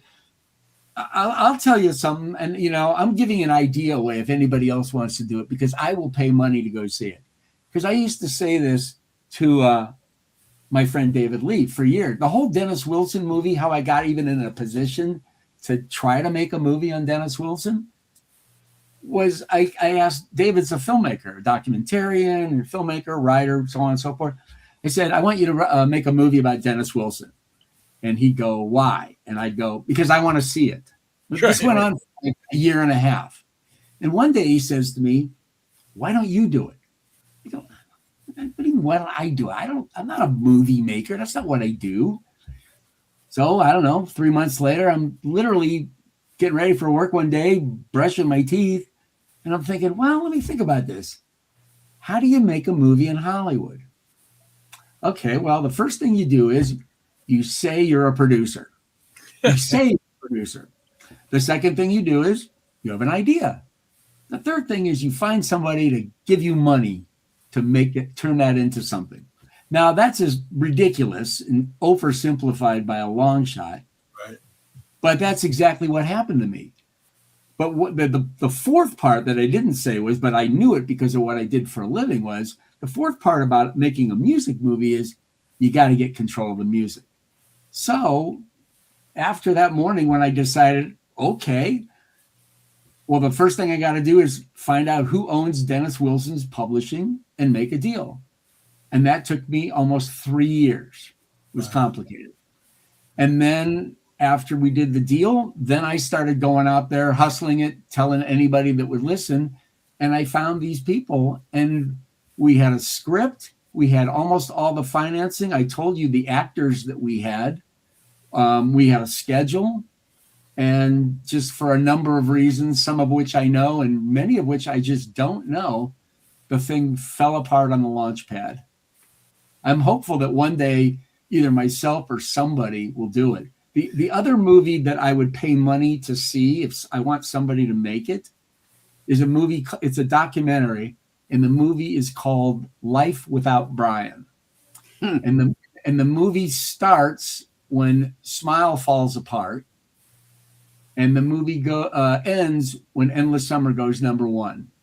And it's about a band that is in the shadow of one of the greatest composers of the 20th century and has to learn how to recreate themselves as not only an entity that continues to play live music, but continues to make music.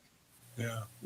And they do so, and they get to that point where they're right on the edge of, like, after Holland, that next album, right? And then they got, all of a sudden now they're playing arenas, and then they're playing stadiums, and the money and the fame, and Brian is back, and then it just turned into what it turned into. I mean, they still made some good music. I love the We Got a Groove box. I was going to ask you about that, and of course we met at that event.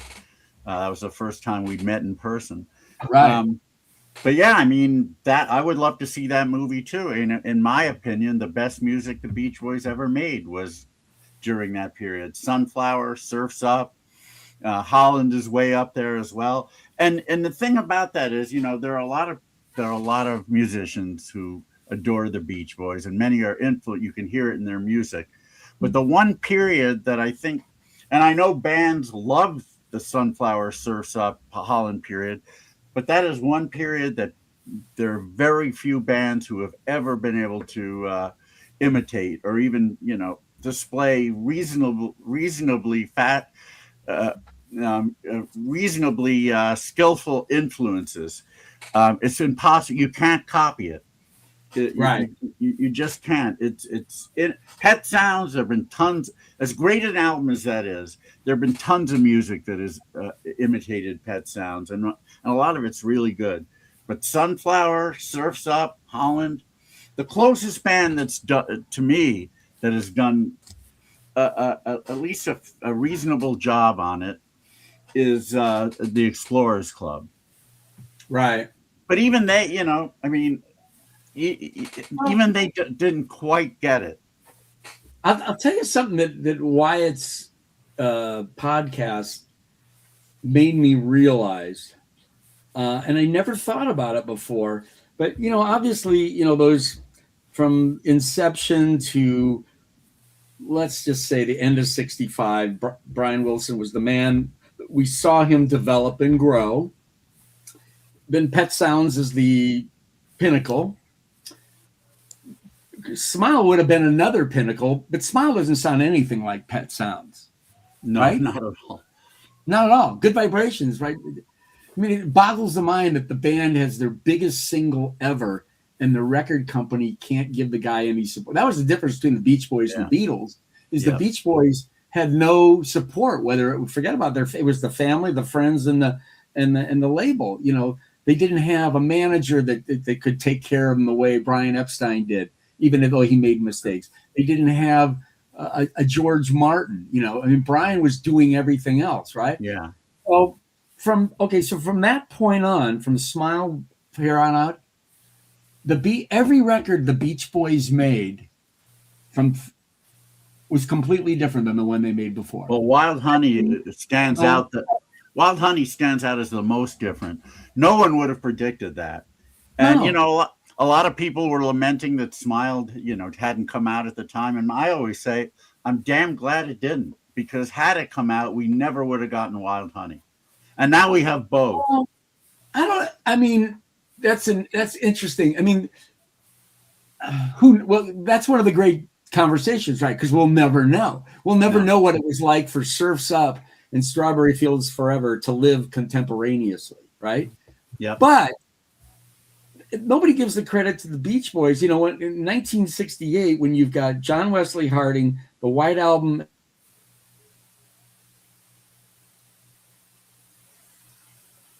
I think Brad froze on us after all this time. He did. But you can't mention the White Album without freezing. It's cold. Never mind. Brad, you froze on us. I don't know if you can hear us or not. maybe he'll come back. If you're here, he'll come back. Brad, you can leave and come back in and see if it resets. But maybe you can't hear us. I don't know. Gosh, No, if you can hear us, yeah, leave and come back in, or text me or something. Just let it. In this sentence. To paraphrase Slapshot, let us know you're there. Yeah, I know. Oh, wait, Yeah, okay. he did. Yeah. He left. He's going to come back in. Good. I was right in the middle of that sentence. He left off at John Wesley Harding. Well, I heard White Album. Yeah, and the White Album. Right. Wow. Well, he'll be back. Yeah, I think we've talked more about the Beach Boys than we have about Omnivore. I kind of want to, as much as I love the Beach Boys, and I never thought I would say this, I want to move away from that and get back to the label, because I have a few other questions, and I'm sure you do as well. But about Omnivore itself. But before you got here, before the show started, I was talking with him about the Stump the Bash and Beat the Bash. So I think the gauntlet has been thrown down. I really want to play against him. He was very interested. I really want to play against him, and I'm not going to predict anything. I have a feeling, just based on what I'm hearing, and given that he's worked in this business for so long, I think he would kick my ass. And I want somebody around who can kick my ass, or at least give me a good run for my money. It would be nice to have it like really, really, really close. And, we got him back in. There he is. Brad, we lost you on the sentence. You were at 67 and John Wesley Harding and the White Album. 68. And then right. So we lost you right there.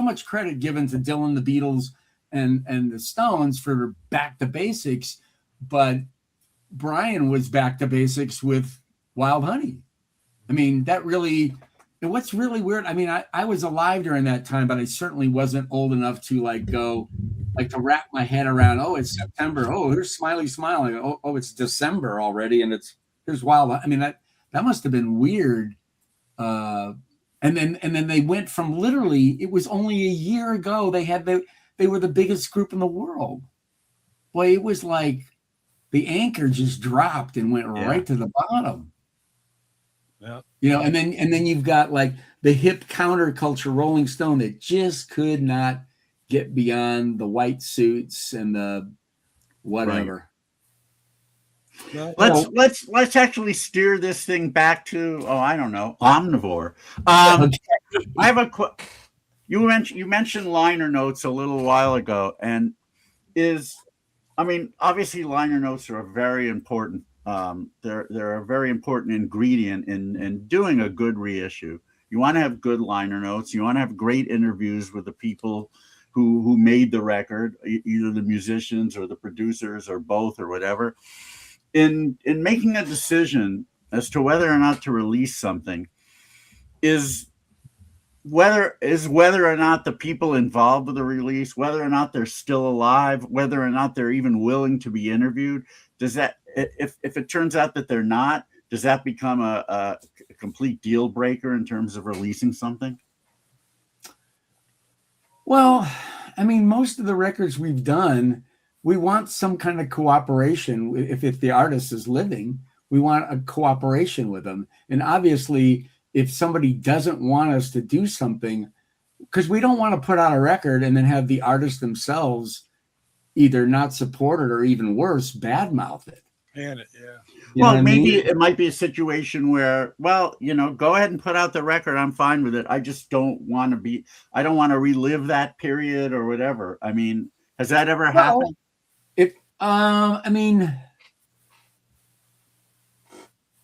It wasn't that when we did the Humble Pie box, this is going way, way back, but, and it was before, Universal owned EMI, but it was very close to the merger. I don't know what happened. What ended up happening is that somehow we had gone a long way. We were ready to release it. And my recollection is that Peter got wind of it. He didn't, like, we were dealing with somebody, I think we were dealing with Bill Levinson at Universal at the time, and which, he was the guy there. And so we were going along just fine. And then at some point, Peter I don't know what was going on that side because it just wasn't our business. But when we found out that Peter, wanted to be involved, wanted to oversee, whatever it was, it came to a screeching halt because of what I just said. They said, well, and then we went into the mode of like, well, what do we need to do to make Peter happy if he's not happy? We didn't even know. Turned out he was fine. He just sort of wanted to be plugged into it. So I remember, and then shortly thereafter he played and we met him and he was great. The only bummer, in my opinion, about that whole record is that we couldn't make more of them because we sold out of the 5,000 that we made. But by that point, things had shifted where I think we were no longer with now Universal owns EMI Caroline. And at this point, I guess we went to ADA next. Right. And I don't even remember. And then it just, as the years went by, it was clear that records like Humble Pie and Jellyfish that we just weren't going to be able to put back out in the market. Right. So anyhow, so I don't know if that answered your question, but we usually we want to be true to the art, but we also want to be cool with the artist. I mean, there's that old great phrase, trust the art, not the artist. I mean, there's plenty of artists that I've worked with that I won't name that I'll sometimes go, wow, they're so brilliantly creative. But on this particular subject matter that also has to do with creativity, like artwork, I'm like, wow, but I try to, when I'm working with a living artist, I try to get a relationship with them that knows that I'm there to protect their legacy, if not improve it, one. But two, in Macau Seals, like I said earlier, and there's been a number of other artists I've worked with, and weirdly, like artists that were my heroes in like high school, like Robert Lamb, like I got to have relationships with these people where they allowed me to speak my truth and explain why I wanted to go this way instead of that way.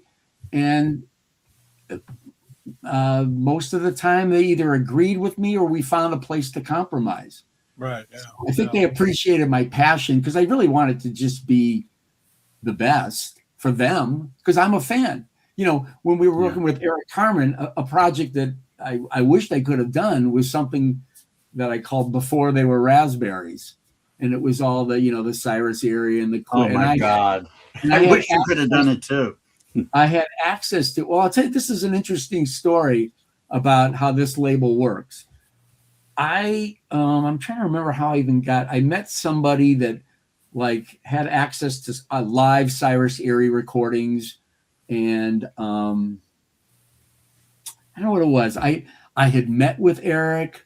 I had been sending him ideas over a period of time. When I went to meet with him, he was working in the studio with the Wondermints guys when they were doing that track Brand New Year, which was the last brand new Eric Carmen song that was included on the Essential Eric Carmen that he put out. So I hung out with him there, and I brought him a copy of the Humble Pie box because I thought, oh, he's going to love this because I knew he loved Stevie Marriott and everything. So I just keep moving the yardage along with this Before They Were the Raspberries project. And then when I was ready to like pull the trigger, boom, he just ghosted me. And I was just like, wow. I didn't take it personally, but I realized I got really close. Like now you have to make a decision. And part of the decision-making process is not, okay, let me go in and remix 10 of the tracks. I mean, one, we don't have budgets like that. Two, I get where he's coming from, but that's not what the fans want. And I don't think that's what it should be. But we can talk about like remixing everything else that they do now. That's a whole other conversation. Just for this, we weren't at that place. So he ghosted me, and I didn't take it personally, but I'll tell you what I did. Every time we'd put out a record that I thought he might think was cool, like Big Star, whatever it was, wasn't every release. Every once in a while, I just read, hey, Eric, here's some new things we just did. Thought you'd dig them. And I did that for about 2 years. So one day the phone rings. Eric, I get a message. Hey, Brad, it's Eric Carmen. I haven't talked to the guy in like 3 years now. I've been sending him music, but ghost. Hey, Brad, it's Eric Carmen. I got something I think you're going to like. And I'm like, it worked. So I call him up and I'm like, this is great, blah, blah, blah, blah, blah. And then he goes, I go, well, what is it? He goes, it's a live album from our last tour.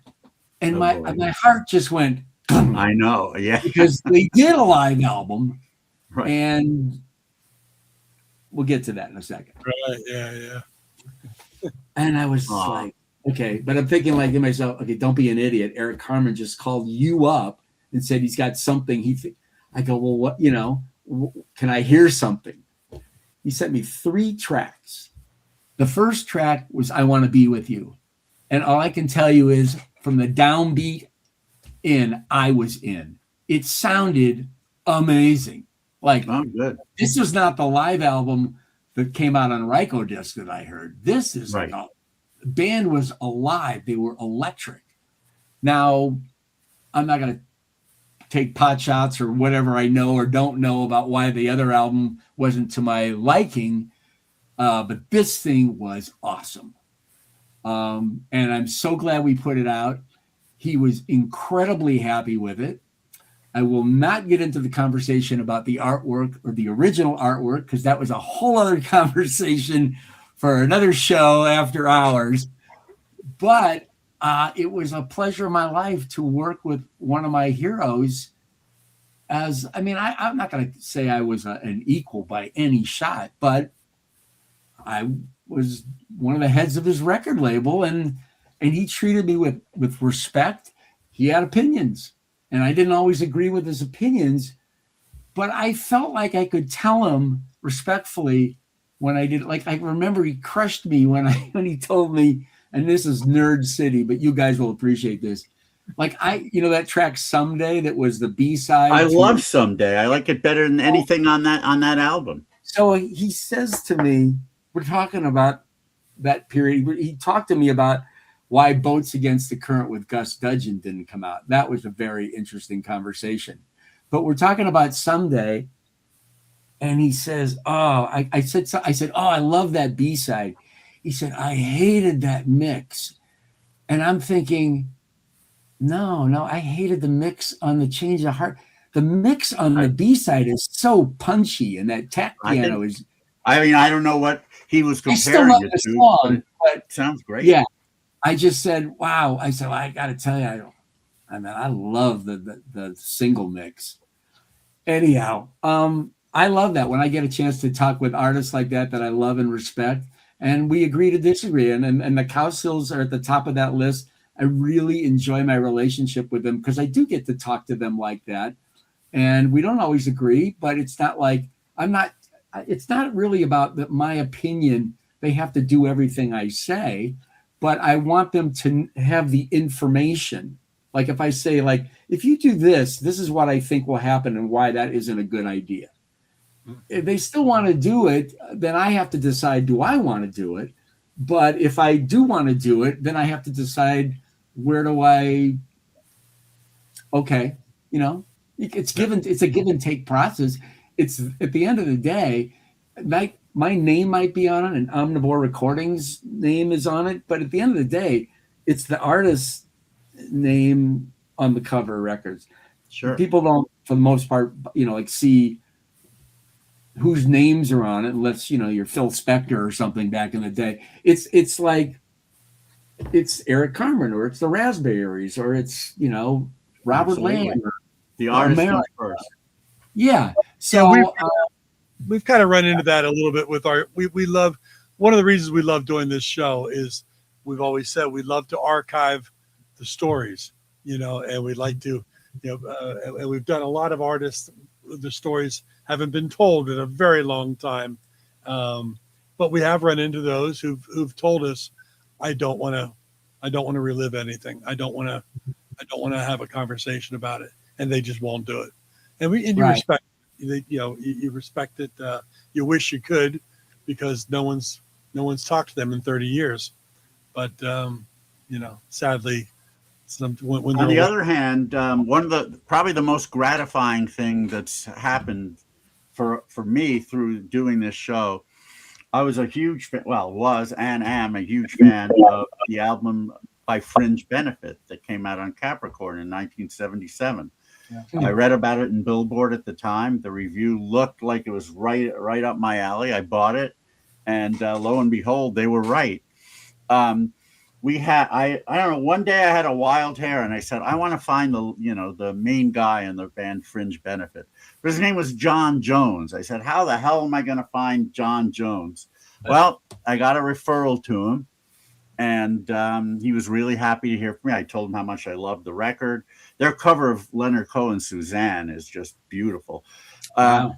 And they do originals too that are, in a similar vein. Anyhow, we got him. We actually got him on the show. Mark and I interviewed him, and at the same time, we said we would love to see that record come out on CD. And it was originally on Capricorn. He said, "Well, so would I." I said, I know someone who might want to put it out, and that someone I knew is Ray Gianchetti from. We both know him very well from Cool Cat Music. And lo and behold, he did put out the record on CD.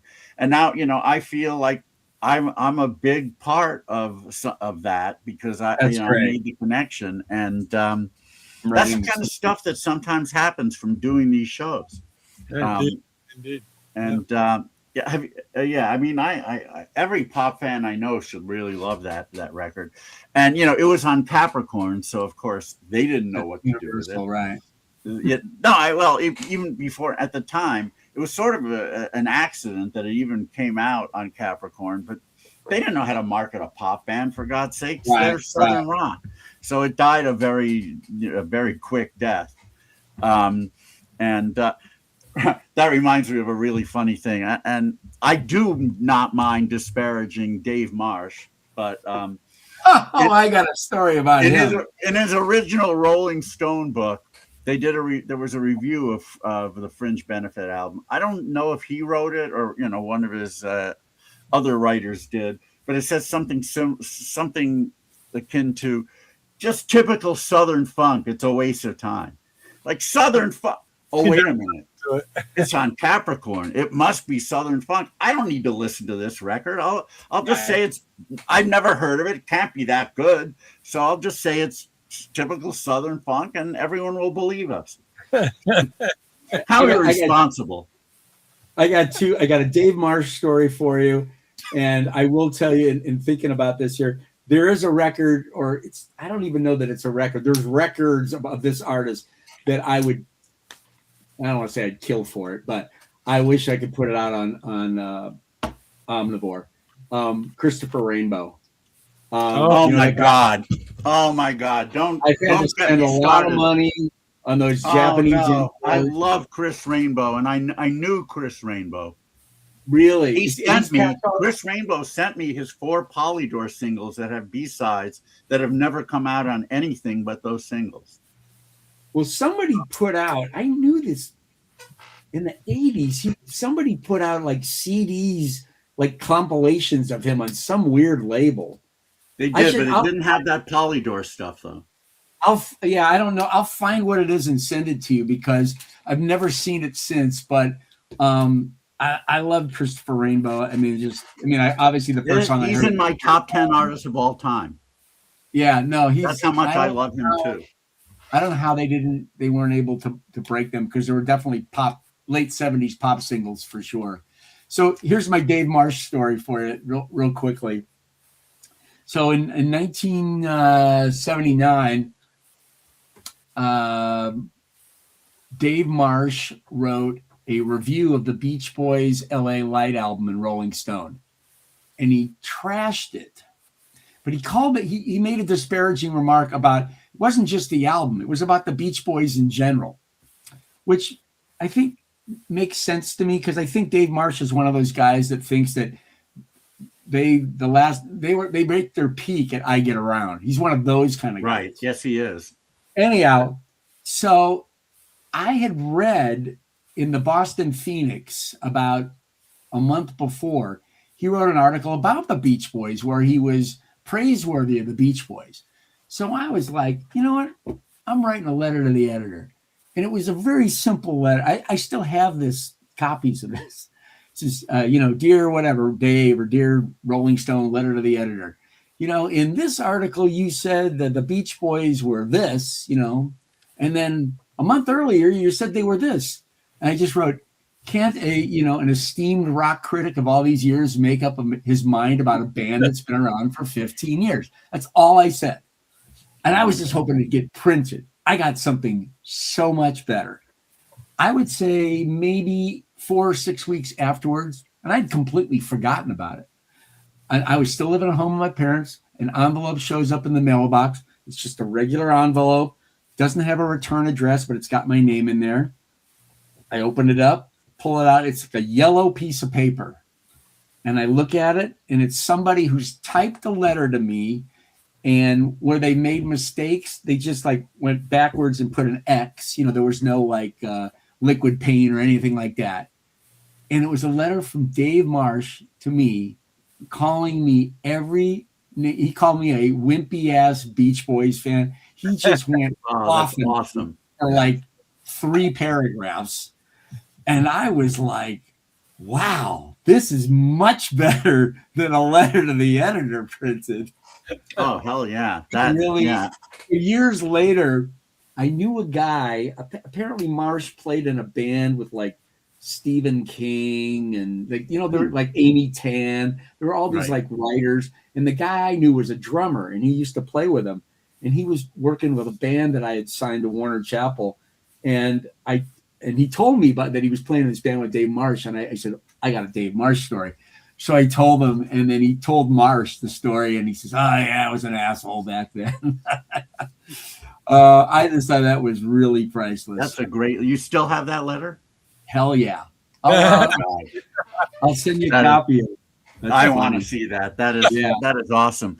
Going back to Christopher, please put out Christopher Rainbow stuff and somehow get permission to put out those 4 singles and on the B-sides of his early Polydor singles that never were on any albums. Those things. Well, I'll just tell you for now, since it's Universal controlled, that's probably not going to be a 2026 release. But I'm so glad to hear you love his music, though. Oh yeah. Every time I put it on, I don't play him that much, but when I think about it, it just makes me feel great. And that's have you heard Chris White's Mouth Music album? I have not. Oh my God. Chris White is another Beach Boys acolyte. He had an album come out only in the UK on Charisma Records in 1976. It's called Mouth Music. Very Beach Boys-ish. Mouth music, he had a hit. He had a hit, Mouth Music. He had a minor hit in the UK called Spanish Wine that's on that album. I'm trying to think. You can hear this stuff on YouTube. I don't think Spotify has it. The only stuff that's come out on CD by him was on M Records, a label in Japan, who put that stuff out. Do you know Tony Rivers and the Castaways? Harmony Grass. I know of them for sure. I don't know. Harmony Grass album, This Is Us. That's never come out in the US. They had a minor hit in the UK with Mama Cass's Move In a Little Closer, Baby. Oh. But there's some songs on that album that are so Pet Sounds-ish, like I've Seen to Dream, for example. Right. You need to hear This Is Us by Harmony Grass. I have so many Beach Boys influence acts that you probably know some and some you don't. I'll have to tell you about. Probably a lot I don't know, and I'll tell you why. Christopher Rainbow notwithstanding, I'm not always a shoe-in for like when somebody tells me, well, the first example was the most recent example was the Lemon Twigs, and we did a we did a Ronnie Diodario record. We had Ronnie on a few weeks ago on the show. I've known Ronnie since 1993. Wow. Well, when the Rock Club came out. When people say to me, because they knew, like people from grade school knew that I was a Beach Boys freak. Whenever anybody says, most people, if they hear like somebody do a falsetto, they'll be like, "Oh, you're gonna love this group," because it sounds like the Beach Boys. And I'm really hard critiquing acts that have this sort of Beach Boys influence, because to me, it's always about the songs for me, right? But I don't like a lot of those. There has to be something original about it. So I put off listening to the Lemon Twigs for a long time because that's what everybody kept saying. But it's not true. Well, you're right. Case. So I get this record, the Ronnie Diodario record is not even their music, but they're the band. So I put this record on, quite frankly, expecting to just kind of go, and I was like, whoa, this was great, And so the manager just sent me all their other records on vinyl recently, which is, I can't wait to get into it. But I'm late to the party on that one. Yep. Yes. But when I said it's not true, Brad, what I meant was it's not true that it's a Beach Boys cop. Just trust me on this. I'm not your typical Beach Boys lover, as you can tell. And when I say something, I mean, there are a lot of Beach Boys influenced music that I own. And you're right. Some of it, it's got the trappings, but it doesn't have the substance. Trust me when I say that Harmony Grass and Chris White do. Okay. And there are a few others that I can. Again, I'm not one of those. Oh my God, you're right. There's that Brian Wilson falsetto. It's great. No, it takes a lot more than that. It takes the song, as you mentioned. Well, but now I'm going to. Rainbow has them too. Yes. Now I'm going to contradict myself a little bit. This whole, Wyatt Funderburg's Sail On podcast. What it's made me realize in going down the Beach Boy rabbit hole these last few months, and this is just my opinion. I don't think Brian Wilson's greatest talent. I mean, he was talented in all different ways, nines or tens. So I'm not putting him down for his songwriting or his producing, because clearly he's written some incredible music and he's produced some incredible records. But this Sail On podcast gave me an understanding and an appreciation that I think his real genius was arrangement. And I don't think that gets talked about. I always believe you do have to have a great song, but a great song doesn't mean it's going to be a great record. Right. And a great record doesn't have to be a great song. I mean, there's just certain elements. He was able to do both, but I think his arrangement skills, I don't think the Beatles had that at all. I think that's what makes I have more respect for Brian Wilson than I ever thought I could after listening to the Sail On podcast and going on the deep dive with them. Because believe me, I'm telling you, I listened to 92 episodes, and some of them were like 90 minutes to 2 hours. But LA, you can do that. You got to drive around every place. Like, here's a 45-minute drive. I'll listen to half a podcast, You're right. Anyhow, I've probably been gone past the limit on this one, but we have no limits. But let's bring it back to Omnivore once again, if we can. That, yeah. Now, I know you're probably going to say Universal on this too, but given the Cowsill stuff that you've put out, one thing that needs good reissue so much is the We Can Fly album, which is my favorite Cowsills album. As you know, I'm sure Collector's Choice put it out on CD about 15 years ago, and I have no disparagement of Collector's Choice. They put out some marvelous reissues, but this one was a train wreck. Number one, the songs are not in the right order. Why? God only knows. But again, as you say, as a label person, there's always a reason. So I'm not going to say it's because they're stupid. I'm sure it's something else. The other thing, though, is somehow the mastering got out of phase. And if you listen to it with headphones, it's just complete gobbledygook. Wow. If you listen to it on regular speakers, it's passable. But yeah, you put headphones on. Is there a way that Omnivore can reissue that album properly? Or is that universal? Well, it's universal. I mean, I had hoped when the Cowsills, when we started having an arrangement with them, one of my early things was, okay, we'll do this new album. They had two, like, quote unquote, Cocaine and Global weren't unreleased per se, but they were never properly released. Right. And I will tell you, I still have at least 2 and maybe 3 to 4 other projects I'd like to do with them. And I have a meeting with Bob this week. Okay. Tell him I said hi, please. I absolutely will. But part of my dream was like, wow, let's go back in and redo the entire Cowsills catalog, because why not? But unfortunately, it's for now. Not for now. I don't see how it will not stay at Universal. But they're content with putting out like probably a best of, because I know whenever I see the band on tour, they gratefully they buy a lot of our releases, and they sign them, and they're great. I don't know if anybody's been to the Happy Together tour, but in my personal opinion, I know I'm a little biased, but I think they're the ones that, I said to them last time I saw them, I said, and they opened the show. I said, you guys should close the show. And they're like, no, we love opening the show. And you know what? When I thought about it, it's like, yeah, they get you in the mood like that. Right. So, but anyhow, the Cowsills, they're older, the records on MGM, those are all Universal records. Yeah. So, and I'd heard for years that I thought maybe John or somebody was like wanting to work on, or was working on trying to put together a box set, but I just can't see that company in this day and age doing that, which is unfortunate. Probably not, because it should be done, because they're one of those bands that, I'll tell you something about Global. Not only was it one of my favorite Omnivore projects I worked on, it turned out to be one of my favorite records.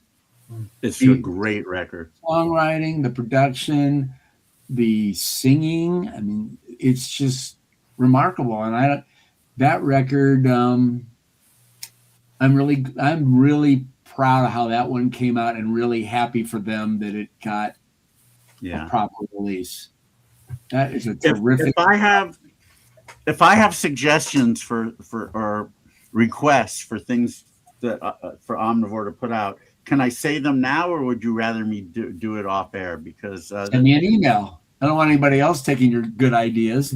Well, there's one thing that you may or may not be aware of. It's an album that came out prior. I'm not going to say much about this. Prior to this act becoming a huge act, but it didn't come out in the U.S. Only came out in a few different countries in the late '60s, and nobody has put it out on CD. No one's even reissued it on vinyl. So I'll send you a message about that. And then there's people come up to me. One guy in particular, one year, he asked me an odd question. He said, "Why don't I ever call him to do projects?"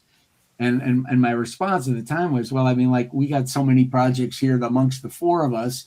I said, "But I'm happy to listen to anybody who has a project, and then if it's a project that we would be interested in doing, maybe the person that brings it to us, we can somehow involve them, whether it's co-producing, maybe, it just depends on the level of what you're bringing in, writing liners, or just connecting the dots." That's actually how I got to the Cowsills. It was somebody that brought them to us via somebody. I wasn't even the entry point. It went, I think it went to it must have gone to Cheryl, and then it came to me. I can't remember how it came in, but I became the guy that was working with them, and I love them. I love that they're alive, because a lot of people we don't work with are alive anymore. But they're just they're a unique. I mean, I don't know if you guys ever seen that documentary. When I was getting to know them, I watched the documentary, and it's like, wow. Wow, I mean, sad story. And I kind of, I love, that's, bands like the Cowsills or the Beach Boys. It's amazing how they're when you listen to the backstory, I mean, it can be dark and disturbing, which makes it even more interesting to me when the music is so glorious. And yeah, you know what I mean? Because the music is so many things, but it's a very healing thing, and it's so I don't know. I don't know what else I do. Which is why I've always been reticent, not always, but often, to meet some of my heroes, because I know separating the art from the artist, but it's easier to do it from a distance. Like you hear about, John Lennon used to beat women. Well, I didn't know John Lennon, so the fact that he did that isn't enough to mar my enjoyment of his music. But if I met the guy, or anybody any of my heroes who are still alive, and they were just plain assholes, I don't know if I could separate the artist from the art at that point.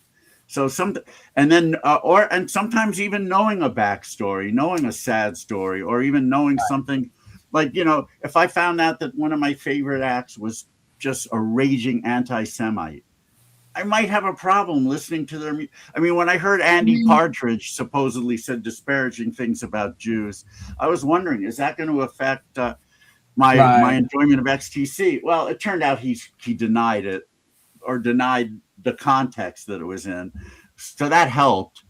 But I mean, has that ever happened for you, where you've met or potentially worked with someone and they just turned out to be such a bad person that you no longer enjoy their music?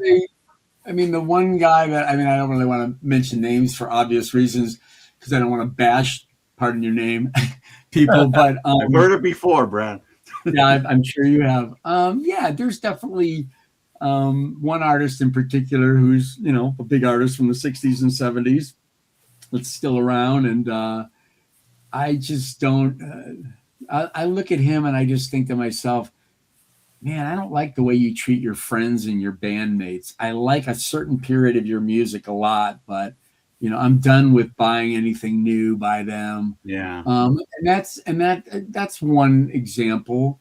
The problem is in the world in which we live in now, you can't say or do anything without it being micro-analyzed by a million eyeballs. And one thing that I've realized and noticed in not only meeting a lot of these people over the years and making a movie about real people, is that none of us really know who these people are. Oh, sure. I mean, we think we know what the media has portrayed them as.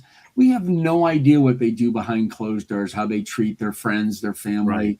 Right. And if we do know something about that, it's usually some sort of story that's been sensationalized. As Don Henley once said, and he was right, there are three sides to every story. Sure. Yours, mine, and the cold, hard truth. And that great All the Family episode when the refrigerator breaks. Right. If you've seen that one, you know exactly what I'm talking about. I do. I think Hickey. I'm listening to the latest episodes on the Who, Pinball Wizard. I think it was him, but somebody I'm listening to recently was just talking about how people's memories, not only how people's memories are different, like the three of us 10 years from now talk about this conversation to other people, it'll be different from all three of us, how we describe it. And then the next time that we talk about it to somebody else, the way we describe it might even be different than the first time we said it. That's very true. Memories are an interesting thing. And what spurs the memories are an interesting thing. It's like I taught psychology at various community colleges for many years. So from a scientific standpoint, I know a little bit about this. But yeah, what happens is you take something from your long-term memory, you bring it back into your short-term or working memory, you discuss it with somebody. And then when it goes back into your long-term memory, some of that discussion ends up being interspersed. And it can affect the next time you bring it back to short-term memory, it can affect, the story that you tell. And it seems as real as the original memory did. So memory is an amazing thing. Pardon? I have a very good memory, but I can tell you that I've noticed in the last year and a half, certain things now are things that I was like dead on. Yeah, you and me both. I'm not quite as sharp with it, but But I do. I had a wonderful childhood growing up in Chicago. A lot of music and sports memories. And then, it's funny, moving to California for me was really, really hard. I'm an only child. I had my first date. We moved to California. I don't know anybody. I don't even live close. Oh, God. I went through the same thing. We'll talk about that later. I was 14, and it was just like, it was brutal. But you know what? I realized, I even knew it then, but I couldn't funnel it up. But I do believe certain things are fated, or like I knew I had to be in the music business in some way, shape, or form. Now I don't like to call it the music business because I don't, I like to be involved with music. If I was 22 today, I don't know how I would be interested in being in this business because I don't really think it's about music anymore. It's about branding and analytics and data and that's just not what I'm interested in. It's like baseball now. They got statistics for baseball. Like, I don't know what they mean, and I don't care. I'm still runs, hits, and RBIs and homers and batting. I have to admit, I was a member of Society for American Baseball Research, so I am very statistically minded. Saber, yeah, I'm very. And when I used to read Bill James and Pete Palmer. I had all those books, but I think he's the guy that made it. I couldn't read it anymore. It was like reading another language. Who Bill James? Yeah. I guess I was always very good in math, so I guess I got it. I'm horrible. But now, there's war, but of course there's so many other micro stats. And it does get to a point where it's the law of diminishing returns takes over. And it's like, to know what, to have to know what somebody hit against lefties in June when there's a full moon, and to try and extrapolate from that, or what somebody's zone rating is when it's 50 degrees as opposed to when it's 70 degrees. Sometimes that's a bit useless. So I'm watching the Cubs Dodgers game on Friday night with my girlfriend on Apple. Like, I don't get Apple. She's got Apple now. Right. And every pitch in the lower right-hand corner, it says, like, whoever's up, it's like, he has a 20% chance of, getting an RBI or getting a, and I'm like, I don't care. It's no. And then she looks at me and she says, well, you know what that's for? I go, I don't know, but I don't like it. She says, it's for the gambling business. And I'm like, she's right. People gamble. I hadn't even thought of that, but she is right. They're gambling in real time on their cell phones as things are happening, and you can get your bet in on. Right. So it's all to me, how I compare that to music is as much as I love Record Store Day, and I love color variants.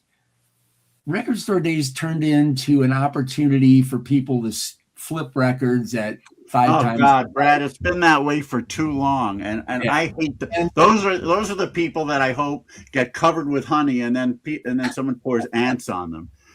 I hate those people, those scavenging bastards. Yeah.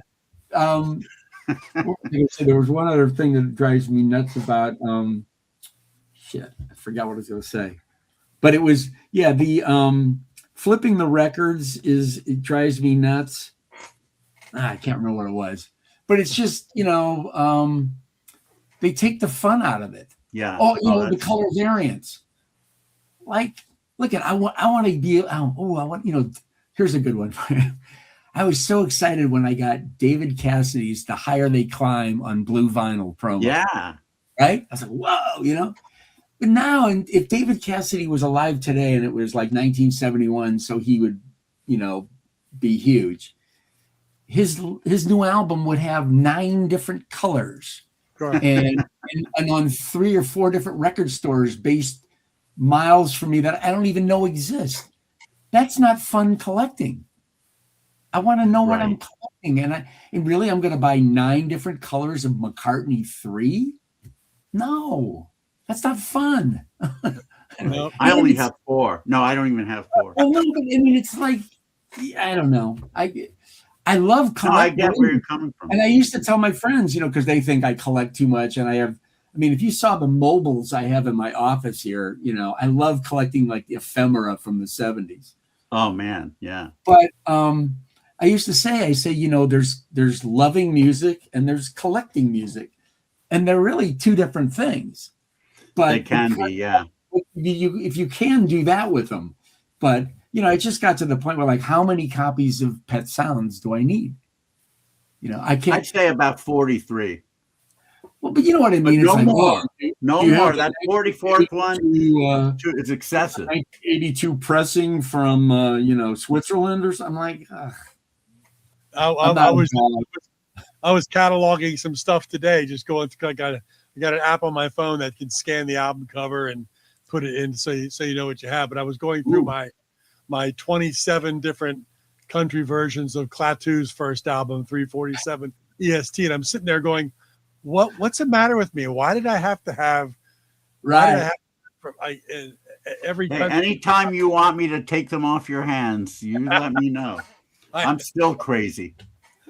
Well, I get it. I still buy and collect records. I mean, I got really excited. I haven't got it yet, but I guess Track Records in the 70s did like a sampler album with, like, you know, Arthur Brown, Jimi Hendrix, and there's a Who version of Young Man Blues, the studio version of it, I guess. I have it. It's come out like years later on some CD boxes or stuff, but it's got a really weird looking cover, and I finally located a copy of that. So I still definitely buy. I like finding weird things now. You know, I don't, you know, I mean, like I'm not going to buy Paul McCartney's new album on vinyl unless I hear it and really like the album. The days of me having to have every new release of my favorite artist in every format. I mean, for starters, I can't afford it. And it's like a full-time job. And that's why, if we want to take it back to Omnivore, I like when early on, I was a big proponent that would like to do color vinyl. Now I know there's a lot of people that, you know, I got a really good friend of mine who hates that, and I get it. So like, well, then don't collect it, you know? But I want to have fun with it a little bit. We don't do it all the time, but we still do it. I just don't think we need to do so many multiple versions of it. No, you don't. Well, you don't. Universal, they probably do, but you don't. Well, and I get it. I mean, look at, you know, when you go online and buy some special color variant, you could buy Ringo's album, the Ringo album from 73 on marble vinyl. By the time you buy it and have it sent to you, it's $50. Mm-hmm. Yeah. So, and you guys have done a really good job. I have to commend you. You've done a great job at keeping costs down. We're collectors too. So we, you know, we're in a business. We need to make a profit, but we really try to be conscious of that. But, you know, it gets harder and harder. And, you know, now with just the cost of things constantly rising, you know, but we do the best we can with it. We're also not a label that puts everything on vinyl. I think the major labels have kind of gone out of their way to really. I just think everything does not need to be on vinyl. I mean, Some things absolutely, but not every release. Well, I have to say, as a collector, if it's an album I really like and it hasn't ever been on vinyl, like when these 90s albums and the ones from the beginning of the new millennium, when they start coming out on vinyl, I'm usually very happy about that. Well, we've gone into that a little bit, but you got to be careful with it because vinyl is it might be a one-way sale, but it's expensive to produce. It's expensive to store. It has the lowest profit ratio just when you add in all the manufacturing and production of it. So these are the things that you can't talk about, I guess, although I'm talking about them now. But when you're running a label, you have to be fiduciarily smart, Yes, you do. So, I mean, let me go all the way back to something that Mark and I were talking about before, but I don't think we've talked about tonight. Is that the Bob? No, I guess we did a little bit when you started. I'm really excited about this Bob Brady and the Concords record that we just put out. Like I said, it's a guy I've known for many, many years. I knew him as a music supervisor. Was the one who turned me on to this label. He's from Chariot Baltimore. Records. Chariot Records, yeah. Yes. And he turned me on to Chariot Records and the owner, and his name's Alan Mason. He's there's nobody like Alan Mason on planet Earth. I'll just leave it at that. He loves music maybe more than anybody I've ever met. Wow. But he brought me and the owner together, and the owner was looking to, finally, I guess, liquidate the label. It had never been on CD before, other than that Coyote release. There'd never been like a Bob Brady collection. So we cleaned up the Bradys. We put it out. It's been getting a terrific response. And like, we haven't announced it yet, but we'll have another release coming in the not too distant future. Another Chariot Records release? Yeah, it'll be more all encompassing, if you will, but we're not quite ready to announce anything and explain what it is, but hopefully there'll be a few goodies in there for people. It's an interesting story. And yeah, that's one of the things, because of my background in film and television, with a company that we own, we have licensing opportunities. Sure. And we bought a label about 10 years ago called Rujak, also coincidentally from Baltimore. A great rhythm and blues, like authentic rhythm and blues that were regional hits that most people don't know. But if anybody's making a movie, and wants to create that time period without having to pay Motown fees. So funnily enough, we put it out on, we did 6 CDs, and we put 2 of the releases out on vinyl. We got one of the tracks from this obscure Baltimore label, Rujak Records, in the Bob Dylan biopic, A Complete Unknown. Oh, nice. In fact, the last song, until you get to the end credits, that's in the movie. And, you probably wouldn't know it because it's buried deep in the background. Right. We knew it.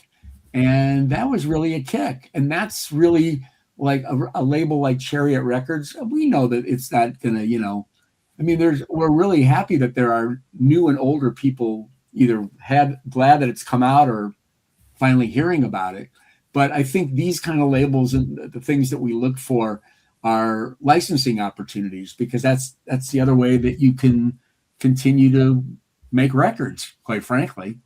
Yeah, indeed. Yeah, Starman, you're right. CDs. Agreed. Yeah. And there was a documentary. Oh God, what's it called? Record Safari, which is the name of the store out in Los Feliz, Glendale now. Alex Rodriguez, interesting name. You may know the guy. He's the proprietor of the store. He used to, maybe still does, actually have a pop-up store at Coachella. And so there was a documentary done on him going across the country, going to record stores, buying stock for this store, which ultimately now is a standalone store. But in the documentary, they're interviewing record collectors, and there's this one guy they interviewed who takes pride in the fact that I've never bought a CD. as if like CDs are like they're so anathema that you should be put in jail. And my response to that guy is, sir, you're a fucking idiot. Because look how much amazing music has come out only on CD, particularly compilations. What is wrong with you? Right. These vinyl snobs drive me absolutely nuts. This is sort of an inside joke for me, and I really don't want to insult anybody, but I always know when I'm talking to a newbie when they refer to records as vinyls, right? Plural. That is vinyls, yeah. So I've told my kids to never use that phrase. My daughter, my youngest daughter, is finally getting into vinyl now, but I don't know. I know a guy that has a company, and like I'm happy for him. He sells. He has a method, I guess, of listening to music and finding the best pressings. But when I hear him tell me that he sells a copy of like Led Zeppelin 1 from Germany for like $1,500, I'm like, I mean, I don't have that kind of money, and if I did, I don't have those ears. I mean, I'm not a dog. And I hear these conversations with the vinyl community, and I love that people are talking about records, but I just think that they've gone down a rabbit hole sometimes that is like they've forgotten. To me, there's this one of my favorite YouTubers is a guy out there named Mazzy, and he and he has his phrase or his saying is it's the music, stupid, and I think that's sort of what's been lost in the music business. We talked about that earlier. Is that I always say, when was the last time you heard somebody in the music business say, "Oh, that's a great effing record"? Like nobody's like, "Oh, it's we got 3 billion streams." Like, what does that even mean? I know. Well, as you said, it's now a business, and that's it. Yeah, I mean, it's always been a business. As far as not having as well, yeah, but there was, obviously there was more passion behind it. Just as baseball card collecting was the same way. And then finally in the late 80s, when the rookie card boom started happening and people in suits started going to baseball card shows, buying up 100 cards of some rookie, and people taking out the device that measures centering and putting the card in there. I mean, again, it was always the baseball card business, but then it became a real business, and now it's insanely a business. I got sucked into it again in the early 80s. Me and my college roommates started before fantasy baseball. It used to be called rotisserie baseball. Mm-hmm. We had a rotisserie baseball game. It was called Baseball Challenge. We had people playing in every state in the United States and in 6 countries. People would play this computerized game with us, and I did that for about 5 years with him. And then you could just see it just started, and once you got gambling involved with it, and then but it was fun early on because it was like you'd go to ball game. And you'd be, I remember Juan Samuel was one of my guys because he got lots of doubles. Yeah, remember him? He's on the Phillies. Oh, I remember Juan Samuel. Yeah. Bill James used to say about him, "What can you do with him?" Because he didn't fit in any particular cat. He had strengths and weaknesses, and you had to deal with both. Right, but I love that aspect of going to a game and maybe not rooting for the Phillies, but rooting for Juan Samuel to go 4 for 5, right? Sure. Oh yeah, right. Yeah. So I did that for a while, and that was fun. But now it's just like, think about it. Like gambling was so taboo, and now it's just so. Yeah, baseball embraces it now for sure. All the sports, and so let's put Joe Jackson in the Hall of Fame now already. Okay, baseball is now saying gambling is. But quite frankly, I just don't bother putting Pete Rose in now because even though he deserves to be in, it's just like, really? You're going to put him in now?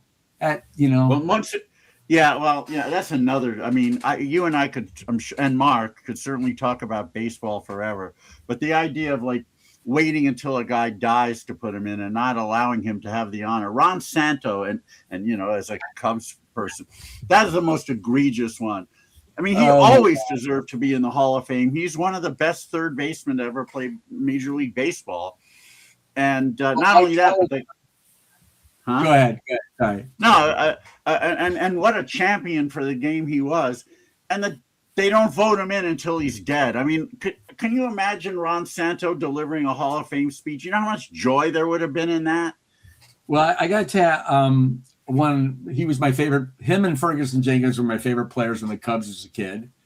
I got a chance to meet Ron Santo because his son was a filmmaker and did a documentary on him called This Old Cub.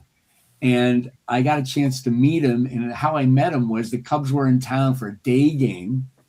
And I was able to take my parents and my 10-year-old son to Dodger Stadium. And then in the 6th inning or something, we got to go up to the press booth and meet him in between innings. He signed a couple things for me. Terrific guy. But the reason I laugh, because my college roommate just thinks it's atrocious that Ron Santo is in the Hall of Fame. And every chance he gets, he will. Oh, okay. I was just going to say, I thought that was him texting me because he's hearing this. Because I guarantee you, if he did, because I told him I was going to be on with this, if he was watching this, he would chime in with some like how Ron Santo doesn't deserve to be in. I just like, I'm not talking to you about this. I saw the guy play. He was, all you got to look, if you want to look at the numbers, his numbers are right there. Absolutely, they are. The Dick Allen took so long for him to get in. I think that was ridiculous. Well, there are other reasons beyond his numbers. That wasn't the case with Santo because everyone loved him. Dick Allen, not so much. Yeah, but I don't. I'm not saying that should be a reason to keep him out. No. I'm just explaining why he wasn't put in. It's not a defense of it. But I also don't. I don't see how. I don't get how Harold Baines and Ted Simmons are in. So maybe I just Harold Baines is in because he compiled. He's a compiler, and he had almost 3,000 hits and played a hell of a lot of games. Plus, everybody loved the guy because as Jim Bouton would say, wouldn't say shit if he had a mouthful.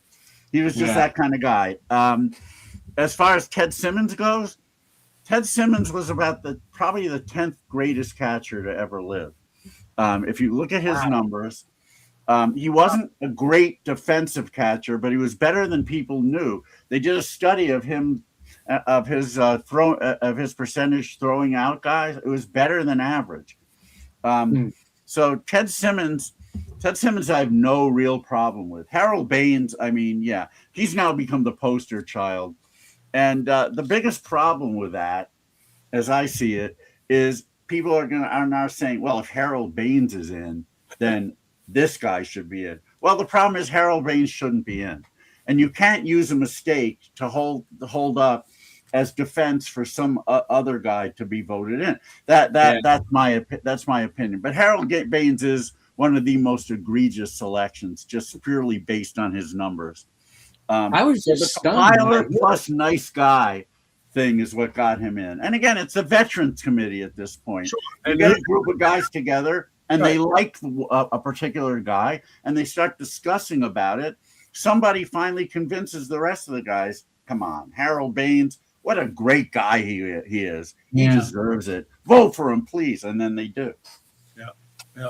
I don't know. That was the one that left me puzzled. But, everybody.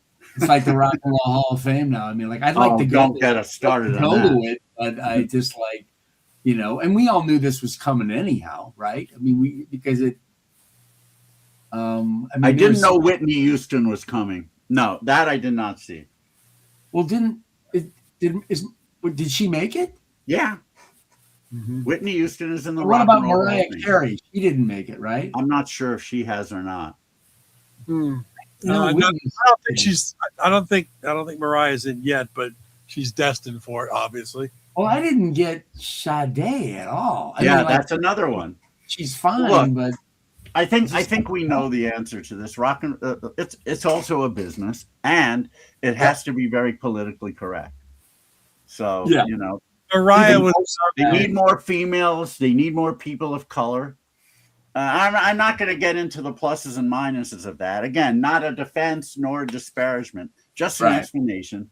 That's why these people are in. Yeah, it ceased to be the Rock and Roll Hall of Fame several years ago. It's now, I don't know what it is, but it's not the Rock and Roll Hall of Fame anymore. Yeah. Now it's a big time TV show on Disney Plus or whatever it is. There you go. And how are you going to become a big time TV show? By electing people like Whitney Houston and Sade and Madonna and Sade, without a doubt.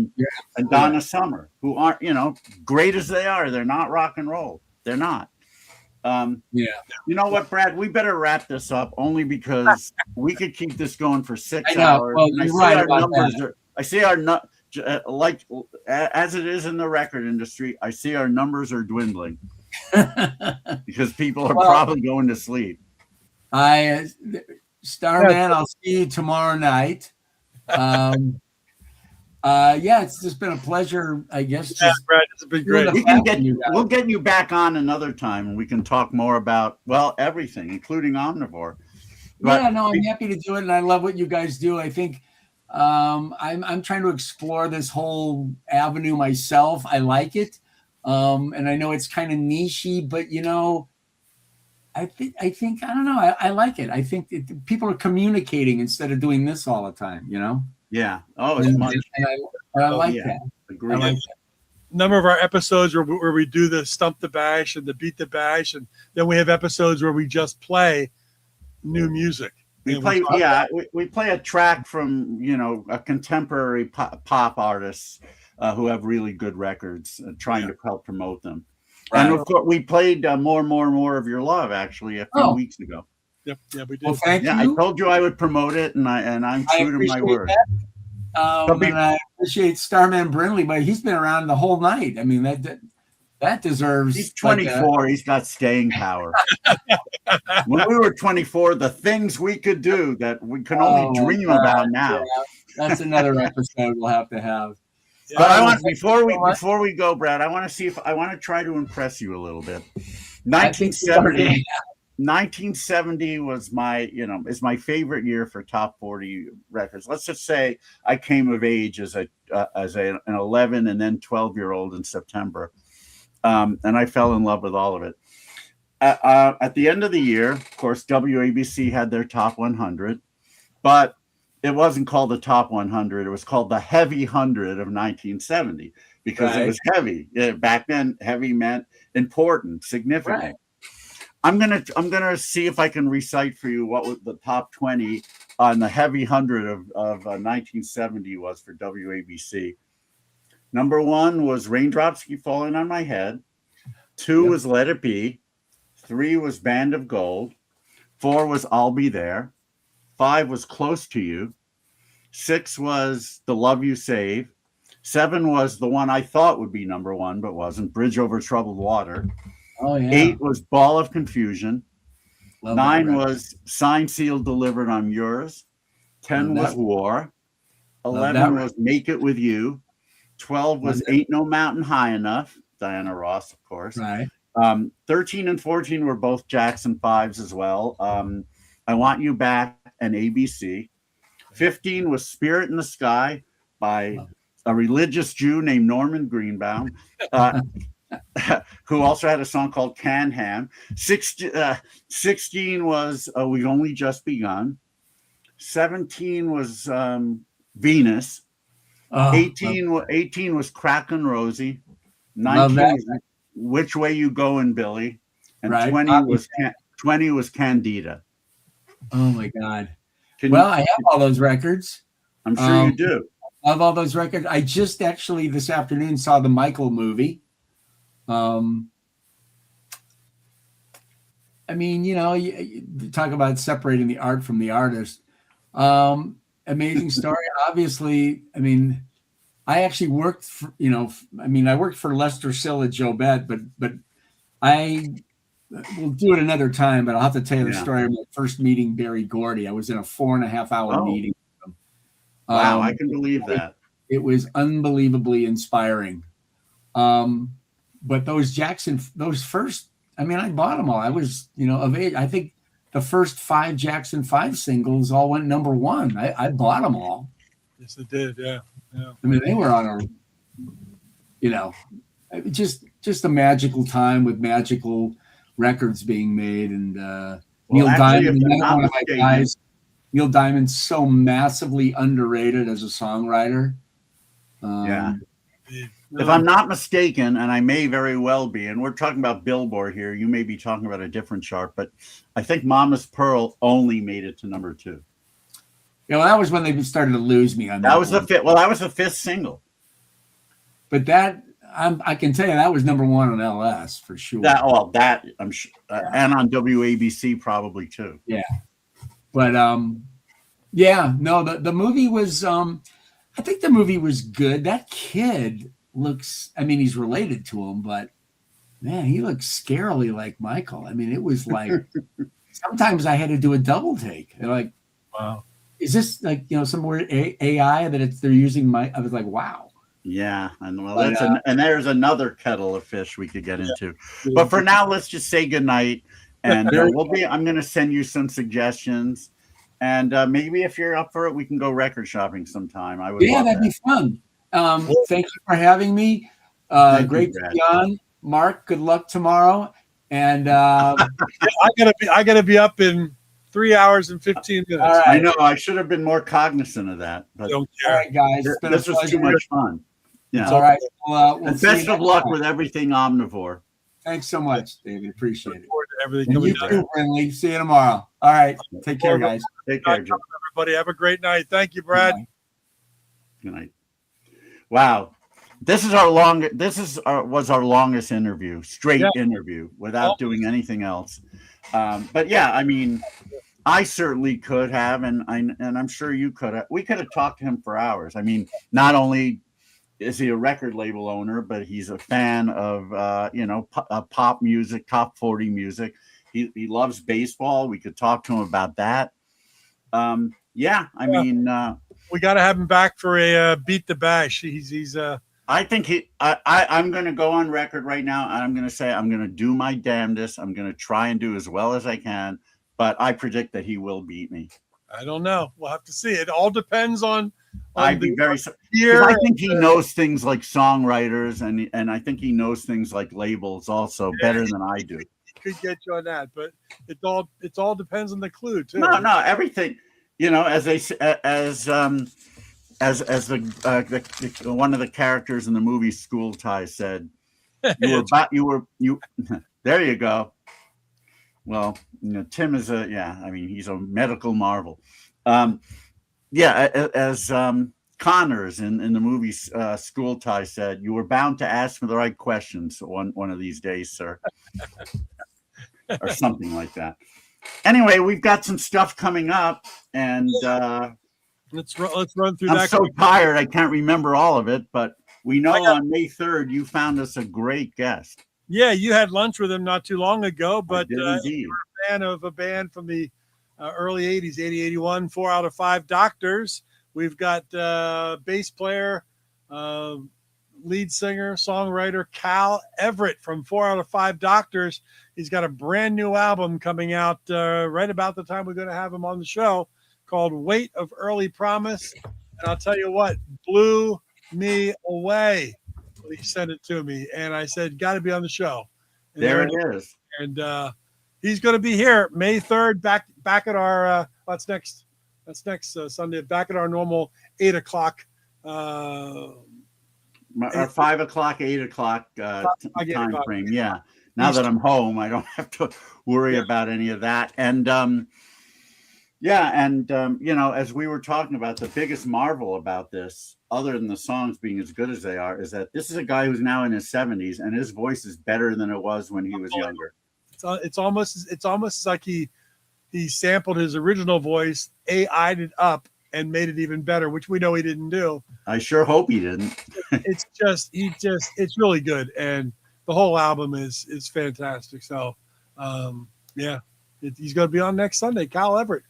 And then what do we got? On the 10th, we've got just like I'll be burning Sensation tomorrow.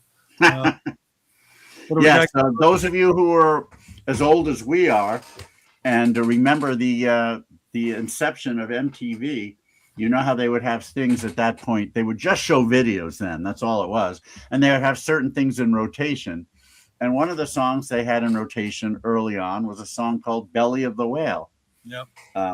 And it's had kind of a calypso feel along with being new wavy.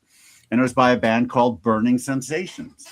And one of the members of that band eventually, it was a big part of the LA scene, eventually put together a band called Cosmo Topper, who has released several great albums over the years.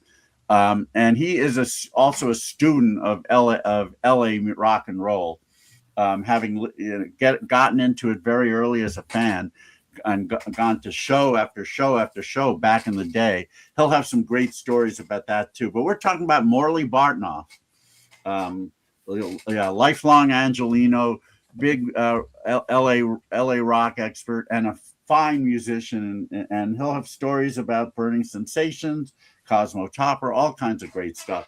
Very, very cool guy. Yeah, that's excellent. And I think after that on May, I don't think we have anything for a while. Well, the 17th. The 17th we were going to devote to playing, some more new releases. Maybe we can do a Beat the Bash. We'll hopefully get Brad and some other people to play. Yeah. On the 24th, that's opening night, day and night of IPO Liverpool. Right. We'll do our usual. We'll do our usual live from the cavern, live from IPO. We'll show some live band performances. We'll do interviews of bands who had just played and who are about to play. We'll take a tour of the cavern itself. It's always fun when we do those things. The only thing we have to hope is that the connection holds up. Yep. And most of the time it does. But I remember last year I accidentally cut us off because I didn't realize I had to get myself out of the broadcast for a while, and in doing so, I got everybody out of it. John Borak hopefully will join us as he's joined Mark and then me the last few years that we've done this. And then the next one will be the second. We'll take that one off, I guess, May 31st, because that's the second Sunday of IPO Liverpool. We don't need to repeat ourselves, and I won't be back at a. I don't know that I'll be back in my hotel room at a reasonable hour, but I just thought of that. Probably be back at around 1:30, which would actually be in line with when we normally do material issues. So maybe we will get a guest for that. I certainly don't mind. We'll see what happens. Now, what do we have? We have something on the 14th. Yeah, I was going to say June 7th. June 7th, we will be in Stockholm. We'll be doing IPO then, so there may be an opportunity for a guest. Again, it will be very late for me, but hey, if people can stay 3 hours with us, I can be up at 2 a.m. doing IPO from Stockholm. But on the 14th, is that lined up yet? Yeah, 14th. We just solidified the Jelly Bricks.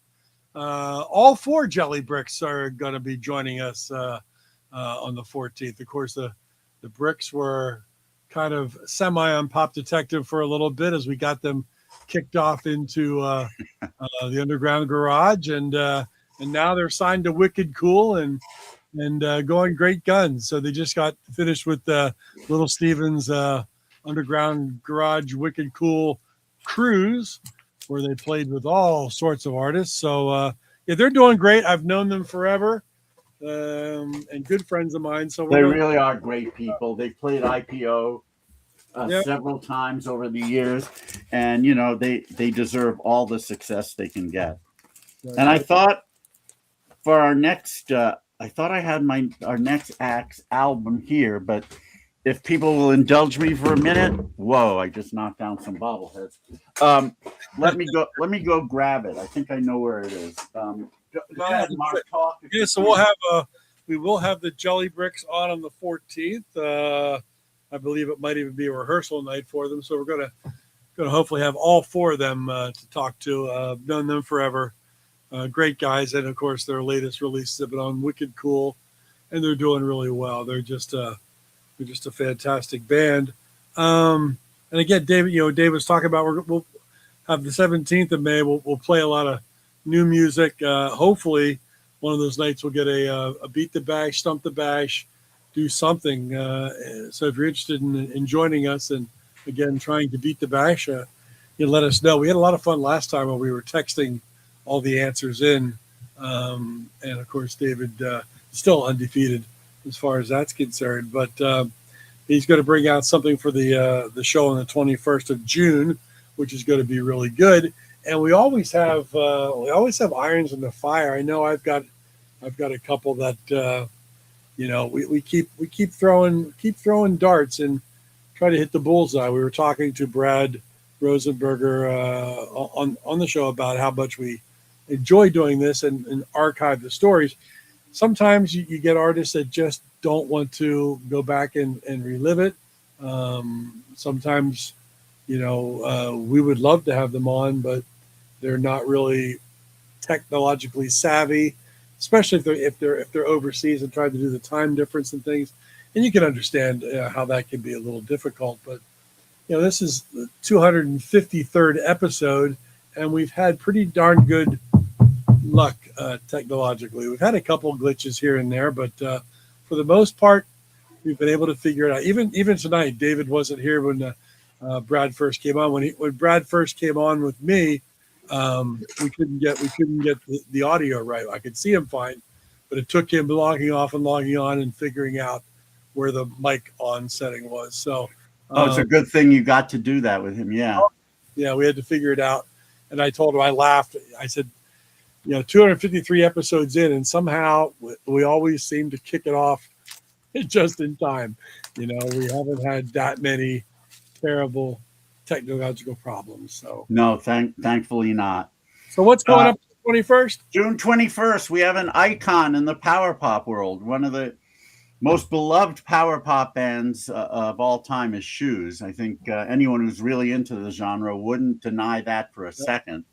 A few years ago, we had Jeff Murphy of Shoes on as a guest, but now we're going to have another member of that great band because he has a new record called Out Loud, and that is other guitarist in the band, Gary Klebe. This sounds a lot like a Shoes record, but a little bit different because it's all Gary. Wonderful singer-songwriter over the years. You think about the songs that he wrote and sang with Shoes, and they're among, like Too Late, for example, is one of their best-known songs, and one that Elektra put out as a single. Didn't make the top 40, unfortunately, but it did make the top 10 in several markets. Anyway, he had worked on this record for a while, and it's finally come out, and it's a good one. So we're going to have Gary on. We'll play some tracks from Out Loud. We'll talk to him about, of course, all things Shoes and, other elements of his life. And, he's a good guy, and he'll be a good guest. Yeah, so that's what we have at this point, I think. Do we have anything else on tap that we know about?